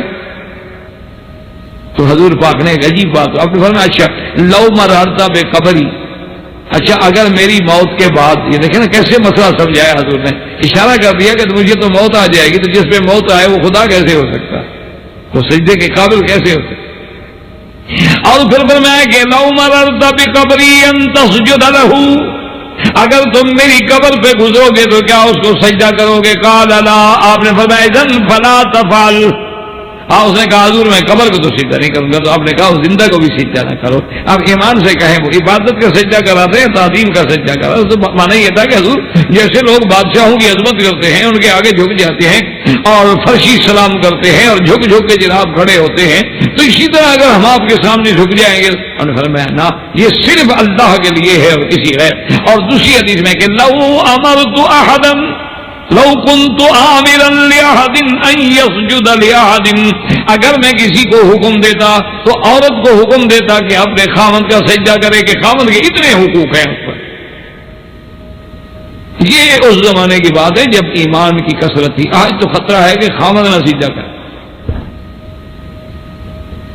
آج تو معاملہ جو ہے نا جی وہ برعکس ہو گیا ہے, کیونکہ حضرت تھانوی رحمۃ اللہ علیہ نے بہت پہلے کہا تھا اپنے ایک مرید سے, کہنے لگے کہ بھائی اگر زندگی گزارنی ہے تو استاد ہو تو پھر تم شاگرد بن کے رہنا, اور اگر پیر ہو تو مرید بن کے رہنا, اور گھر میں خاوند ہو تم بیوی بن کے رہنا, اسی کو خاوند سمجھنا, پھر تو گھر چلتا رہے گا. اگر تم نے ایک دن خاوند بن کے دکھایا تو انشاءاللہ کورٹ میں ہوگی تیسرے دن. ان کو بھی اب حقوق انسانیت کے نمبردار مل گئے. تو اس لیے بہرحال حضور نے فرمایا کہ اتنا بڑا حق ہے خاوند کا عورت پر کہ اگر کسی کی تعظیم کا سفر, آپ حضور کہتے کہ خاوند کی عبادت کا سجدہ کرے, مانا یہ ہے کہ تعظیم کا سجدہ بھی نہ جائے. اور اسی طرح دیکھیں ان کا ایک استدلال ہے کہ آدم علیہ السلام کو اللہ کے فرشتوں نے سجدہ کیا, تو اللہ کے بندے پہلے تو وہ آسمانوں کی بات ہے, اور دوسری بات یہ ہے کہ اللہ نے خود حکم دیا ہے کہ سجدہ کرو. جہاں حکم دیا تعبیر ہوئی, جہاں حکم دیا نہ کرو وہاں تعبیر ہے. کہ جیسے اللہ نے کہا مسجد اقصی نماز پڑھو, حاضر. لیکن آج اگر کوئی مسجد اقصی نماز پڑھے, دنیا کا کوئی مولوی بتا دے کہ اس کی نماز ہو جائے گی. کیوں؟ حالانکہ وہ کہہ نہیں جی بالکل کعبہ شریف ہے, سارے انبیاء پڑھتے رہے, حضرت میں اگر پڑھ رہا ہوں تو کیا ہے؟ فرمایا کہ نہیں, کہ جب اللہ نے حکم دے دیا ہے کہ اب اگر نماز ہوگی فولی وجہ کا شطر المسجد الحرام, تو اللہ نے حکم دیا تھا اسجدوا لآدم, اور ہمیں حکم دیا کہ لا تسجدوا للشمس ولا للقمر واسجدوا للہ الذی خلقہن ان کنتم ایاہ تعبدون. اسی طرح اگر کوئی استدلال کرے کہ یوسف علیہ السلام کو بھائیوں نے اور باپ نے سجدہ کیا تھا, تو یاد رکھو کہ وہ شریعت یوسف علیہ السلام ہے, وہ شریعت محمد مصطفیٰ صلی اللہ علیہ وسلم نہیں ہے کہ جو ہمارے لیے حجت ہو یا ہمارے لیے وہ قابل استدلال ہو. اور اسی کے بعد آپ دیکھیں کہ میرے آقا نے سرکار دو عالم صلی اللہ علیہ وسلم نے باقاعدہ دعا مانگی کہ اللہم لا تجعل قبری وثنا یعبد, میرا اللہ میری قبر کو بت کی جگہ نہ بنا دینا کہ لوگ سجدے کرتے رہیں. میرا اللہ میری قبر کو کبھی ایسی جگہ نہ بنا دینا کہ لوگ بت سمجھ کے سجدے کریں. اور اس کے بعد حضور صلی اللہ علیہ وسلم نے فرمایا کہ لعن اللہ الیہود والنصارى اتخذوا قبور انبیائہم مساجدا. حضور نے فرمایا اللہ یہود و نصارہ پہ لعنت کرے کہ جنہوں نے اپنے انبیاء کی قبروں کو سجدہ گاہ بنا دیا. انبیاء کے لیے اگر سجدہ جائز نہیں ہے تو کسی غیر کے لیے کیسے سجدہ جائز؟ اور حضور نے فرمایا لعن اللہ, اللہ پاک لعنت کرے زائرات ان عورتوں پہ جو قبروں کی زیارت کے لیے جاتی ہیں, متخذین علیہا السر المساجد والسرجا, کہ وہاں جا کے سجدے کرتی ہیں اور دیے جلاتی ہیں. آج بھی آپ دیکھ لیں ہمارے دیہاتوں میں رواج ہے کہ بوڑھیاں جائیں گی شام کو دیا ضرور جلا کے آ جائیں گی قبر پہ، قبر شریف پہ دیا جلانے کے لیے جائیں گی. اچھا اپنے بچوں کو کھانا نہ ملے لیکن دیا پیر کی قبر پہ گھی سے جلائیں گے اور سمجھ لیا کہ یہ جو میں دیا جلا رہی ہوں نا حضرت کی مزار کو جو روشن کر رہی ہوں نا بس میرا گھر سمجھو منور ہو گیا.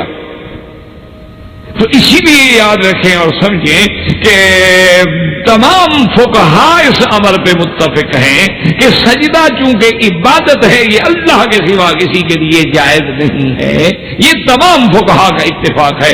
اور حضرت پیران پیر عبد القادر جیلانی رحمت اللہ علیہ جس کے نام پہ لوگ 11ویں دیتے ہیں اور اللہ معاف کرے انہیں مشکلات میں پکارتے ہیں اور یا شیخ عبد القادر جیلانی شیئا للہ کے وظیفے پڑھتے ہیں اور اپنی کتابوں میں لکھا ہے کہ جب تمہیں مشکل پیش آ جائے 2 رکعت نماز پڑھ کے کہتے ہیں بغداد کی طرف رخ کر کے بس 11 قدم آگے چلے جاؤ اور پھر الٹے پاؤں چلے جاؤ اور اس کے بعد جب تم 11 قدم الٹے آ جاؤ پھر رخ پھیر کے چلے جاؤ پھر پیچھے نہ دیکھنا بس سمجھ لو کہ تمہارا کام ہو گیا. اب تم چھٹی پہ چلے گا پیر صاحب خود تمہارے کام کے لیے بھاگیں. یہ کتابوں میں لکھا ہے. ایک تو ہونا کہ چلو بھی بندہ گیا یار کسی جاہل نے کہا تھا. اب جناب دیکھیں کہ حضرت پیران پیر خود کیا فرماتے ہیں. فرماتے من زار قبرا اور ایک جگہ ان کی عبارت ہے اذا زرت قبرا کہ جب تم کسی قبر کی زیارت کے لیے جاؤ کسی اللہ ولی کی اللہ کے ولی اولیاء کی قبر یا مزار کی زیارت کے لیے جاؤ فرماتے ہیں فلا یضع یدہ ولا یقبلہ اپنے ہاتھ کو مزار پہ نہ رکھنا قبر پہ نہ رکھنا اور ولا یقبلہ نہ اس کو بوسہ دینا فإنہ من عادت الیہود یہ کام کرنا یہودیوں کی صفت ہے. غنیہ ان کی معروف کتاب ہے اس کے جلد اول میں مطبوع ہے مصر میں حضرت پیران پیر کا فتویٰ ہے کہ اذا زار قبرا جب جاؤ قبر کی لا یضع یدہ علیہ ہاتھ بھی نہ رکھنا ولا یقبلہ اس کو بوسہ بھی نہ دینا. اور اس کے بعد آگے کتنا بڑا سخت لفظ فرمایا انہ من عادت الیہود. کیوں حضور نے کیا فرمایا تھا کہ لعن اللہ الیہود والنصارى اتخذوا قبور انبیائہم مساجدا کہ اللہ یہود و نصارہ پہ لعنت کرے کہ جنہوں نے انبیاء کی قبروں کو سجدہ گاہ بنا لیا. تو اس لیے ہمیشہ یاد رکھیں کہ ہر حال میں کہ جتنا عبادات بدنی ہیں مثلا سجدہ ہے رکوع ہے یا اسی طرح جیسے آپ سمجھتے ہیں کہ حج جو ہے وہ عبادت مشترک ہے بین البدن والمال کہ اس میں آدمی کا بدن بھی خرچ ہوتا ہے اور مال بھی خرچ ہوتا ہے. تو یہ ساری کی ساری عبادات جو ہے خالص اللہ کے لیے ہیں اور کسی غیر اللہ کے لیے. باقی یہ دھوکہ دینا کہ سجدہ اللہ کے سوا بتوں کو نہ کرو یہ غلط بات ہے. اصل جہاں جہاں بھی ہے وہ یہ کہ من دون اللہ اللہ کے سوا. اب اللہ کے سوا اگر کوئی نبی کو سجدہ کرے ولی کو سجدہ کرے پیغمبر کو سجدہ کرے جبریل کو سجدہ کرے یا بت کو سجدہ کرے وہی شرک ہوگا اور اسی کا نام ہے شرک فی العبادت البدنیت کہ بدنی عبادت میں شرک کرنا. اچھا اب آگے چلے جی تیسری قسم ہوتی ہے عبادت مالی. مالی عبادت کا کیا بنا ہے مثلا زکات دیتے ہوئے مالی عبادت ہے صدقات دیتے ہوئے مالی عبادت ہے صدقۃ الفطر دیتے ہوئے مالی عبادت ہے. آپ جناب عید پہ قربانی کرتے ہیں یہ مالی عبادت ہے. آپ جناب اسی طرح ایک منت مان لیتے ہیں کہ یا اللہ اگر میرا کام ہو گیا تو انشاءاللہ میں 1000 خیرات کروں گا یہ مالی عبادت ہے. آپ منت مان لیتے ہیں کہ یا اللہ میرا کام ہو گیا میں تیری مسجد پہ رنگ کرا دوں گا یہ سب مالی عبادت ہے. تو یاد رکھو کہ مالی عبادات بھی خالص اللہ کے لیے ہوں اگر اس میں بھی کسی غیر کو شریک کرے گا تو مشرک ہو جائے. اس لیے اللہ نے قرآن میں فرمایا ہے کہ کافروں کا مشرکوں کا سب سے بڑا شرک کیا تھا کہ انہوں نے بھی یہ کیا تھا کہ جب وہ کوئی چیز کوئی اپنے جانور کوئی اپنے مال کوئی اپنی چیز نظر کرتے تھے تو اس کے بعد جو ہے وہ باقاعدہ کہتے تھے کہ یہ جو ہے نا جی یہ اس میں یہ ہماری بکرے ہیں نا جی ایک گائے میں ہے 7 بکریاں تو یہ یوں سمجھ لیں کہ 4 تو اللہ کے لیے ہیں اور یہ 3 جو ہے نا یہ ہمارے حبل کے لیے ہیں. یعنی اللہ نے باقاعدہ قرآن وَجَعَلُوا لِلَّهِ مِمَّا ذَرَأَ مِنَ الْحَرْثِ وَالْأَنْعَامِ نَصِيبًا فَقَالُوا هَذَا لِلَّهِ بِزَعْمِهِمْ وَهَذَا لِشُرَكَائِنَا فَمَا كَانَ لِشُرَكَائِهِمْ فَلَا يَصِلُ إِلَى اللَّهِ وما كان لله فهو يصل إلى شركائهم ساء ما يحكمون. اچھا پھر عقل دیکھیں. وما كان لله فهو يصل إلى شركائهم ساء ما يحكمون. آپ کہتے تھے کہ اصل بات یہ ہے کہ یہ جو ہم نے کھیتی میں ہم نے رکھا جی اتنے من جو ہے نا جناب یہ ہم اللہ کے لیے نظر کریں گے. کہتے تھے یہ 10 من میں 1 من اللہ کے لیے 1 من ہمارے آلہہ کے لیے. 1 بکری اللہ کے لیے 1 بکری جو ہے حبل کے لیے. جیسے آج کوئی کہے کہ جی بالکل یہ خالص میری جو یہاں سے مال نکلے گا کھیتی نکلے گی گندم آئے گی کپاس آئے گی اس میں سے 20واں حصہ جو ہے وہ تو اللہ کے لیے لیکن 1 حصہ ہمارے مرشد کے لیے مزار کے لیے بھی ہے. تو اسی کا نام یہ ہے کہ شرک عبادت مالی میں کسی کو شریک کرنا. اسی لیے حرمت علیکم المیتۃ والدم ولحم الخنزیر وما اہل لغیر اللہ بہ. اللہ نے فرمایا یاد رکھو کہ جیسے حرمت علیکم المیتۃ مردہ جان والدم جو خون نکلتا ہے ولحم الخنزیر وما اہل لغیر اللہ اور جو چیزیں اللہ کے سوا کسی غیر کے نام پہ لگائی جائیں.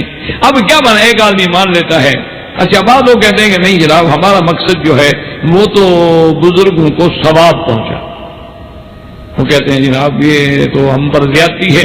ہم نے ٹھیک ہے بالکل ٹھیک ہے ہم نے منت مانی ہے کہ پیرانے پیر کے نام پہ بکری ذبح کریں گے. مانا یہی ہو تو کہتے ہیں یہ تو جی ایسے محاوراتی بات ہے نا. ورنہ جب ہم ذبح کرتے ہیں تو باقاعدہ پڑھتے ہیں بسم اللہ اللہ اکبر. ہم نے تو گیا اللہ کے نام پہ ذبح کی ہے. وہ تو ہم مرشد کو صرف ثواب دینا چاہتے تھے. تو اب بات یہ ہے کہ اگر صرف ثواب دینا ہے تو وہ اکیلے صرف حضرت عبد القادر جیلانی کے لیے کیوں کسی صحابہ کے لیے تو کبھی تم نے بکری ذبح نہیں کی.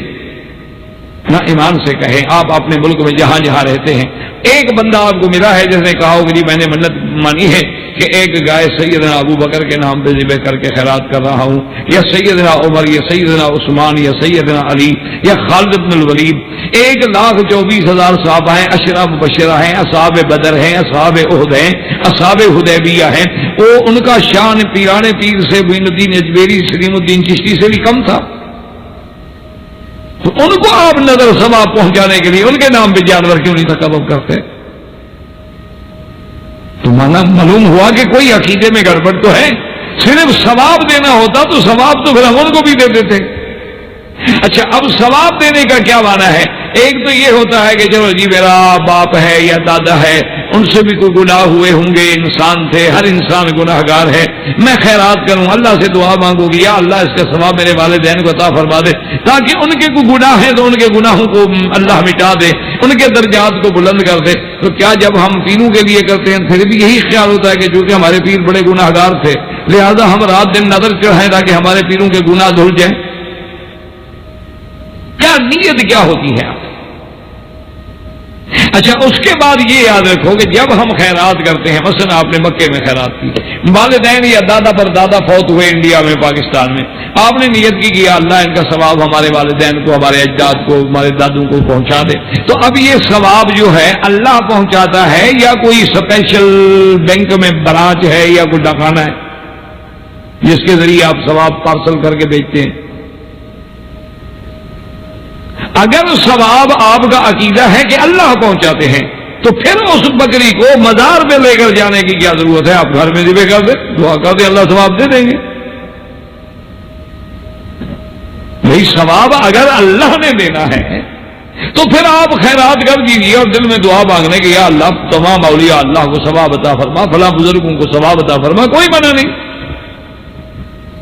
لیکن اس جانور کو مخصوص رکھنا کہ نہیں جی اس کو ہاتھ نہ لگانا یہ میرے پیر کا جانور ہے اس کو کبھی نہ چھیڑنا اس کے اچارے کا بھی خصوصی خیال رکھنا یہ حضرت مرشد کا ہے یہ مزار پہ جا کے ذبح کروں گا. یہ جب غیر اللہ کی نسبت آ گئی تھی یہی وہ شرک ہے جو مالی عبادت میں کیا جاتا. اچھا اس کو شرک کیسے ہو گیا کہ حج کی بکری آپ کہاں ذبح کرتے ہیں؟ مینا میں اگر اپنے ملک میں حج کی ایک بکری کے بجائے 20 بکرے ذبح کر دو تو حج کی ایک بکری کی ادائیگی ہو جائے گی نہیں، کیونکہ ہدیم بالغ الکعبہ حتی یبلغ الہدی محلہ، کہ جب تک وہ قربانی کا جانور اپنے مقام پہ نہ پہنچے، وہاں بھی بے نہ ہو حرم میں، حدود حرم میں، فقراء حرم کے لیے تو ادا نہیں ہوگا۔ تو اللہ تبارک و تعالیٰ معاف کرے، شیطان نے بھی وہی دماغ میں ڈال دیا کہ جیسے اللہ کے نام کی بکری کعبے میں لے جاتے ہو، پیر کے نام کی بکری مزار پہ لے جاؤ، اسی لیے تو شرک آیا۔ تو اس کو کہتے ہیں مالی عبادات میں شرک کا ہونا۔ اسی لیے جیسے آپ نے منت مانی ہے مثلا اللہ کے لیے کہ یا اللہ یہ میرا کام ہو جائے، میں خالص تیرے نام پہ 1000 ریال خیرات کر دوں گا، ٹھیک ہے، جائز ہے، کوئی بنا نہیں۔ اچھا آپ نے 1000 ریال خیرات کر دیا ہے، اب کہتے ہیں آپ یا اللہ اس کا جو ثواب ہے نا، مہربانی کر کے میرے والد کو دے دے، میرے دادے کو دے دے، میرے فلاں چاچا کو دے دے، میرے استاد کو دے دے، یا اللہ مجھ پر جن لوگوں کے احسان ہے وہ فوت ہو گئے ان سب کو ثواب عطا فرما دے، جنہوں نے کبھی میرے ساتھ بھلائی کی تھی اللہ ان کو، بالکل منع نہیں، آپ لاکھ دفعہ ثواب دو چاہے۔ اس کی مثال تو یوں ہوتی ہے کہ جیسے میں آپ کے مکان پہ آ کے مزدوری کروں اور 50 ریال روز میری دہاڑی ہو تو 10 دن کے بعد میرا 500 ریال بنتا ہے، تو اب یہ 500 ریال گویا میری مزدوری کا ہے، میں کہتا ہوں کہ یار فلاں آدمی جب آئے تو وہ 500 ریال اس کو دے دینا، وہ کہتے ٹھیک ہے۔ تو علماء نے کہا اس کی مثال ایسے ہے کہ جب ہم نے خالص اللہ کے لیے ایک عمل کیا، خالص اللہ کے لیے ہم نے خیرات کی، خالص اللہ کے لیے ہم نے نظر مانی، تو اب جو اس کا ثواب ہے تو گویا وہ ہمارا ہے، ہم نے اللہ سے کہا کہ میرے بجائے یہ فلاں کو عطا فرما دے۔ ہاں یہ اللہ کا کرم ہے کہ جب ہم کہتے ہیں کہ دوسرے کو ثواب دے دو، اللہ فرما دے میرے ثواب کی کیا کمی ہے، میرے خزانے میں کیا کمی ہے، میں اس کو بھی دے دیتا ہوں، تمہیں بھی دے دوں۔ جیسے حدیث مبارک میں آتا ہے کہ جب آپ کسی کا حج بدل کرتے ہیں تو اس میں اللہ فرماتے ہیں کہ میرے فرشتے ایک بندہ وہ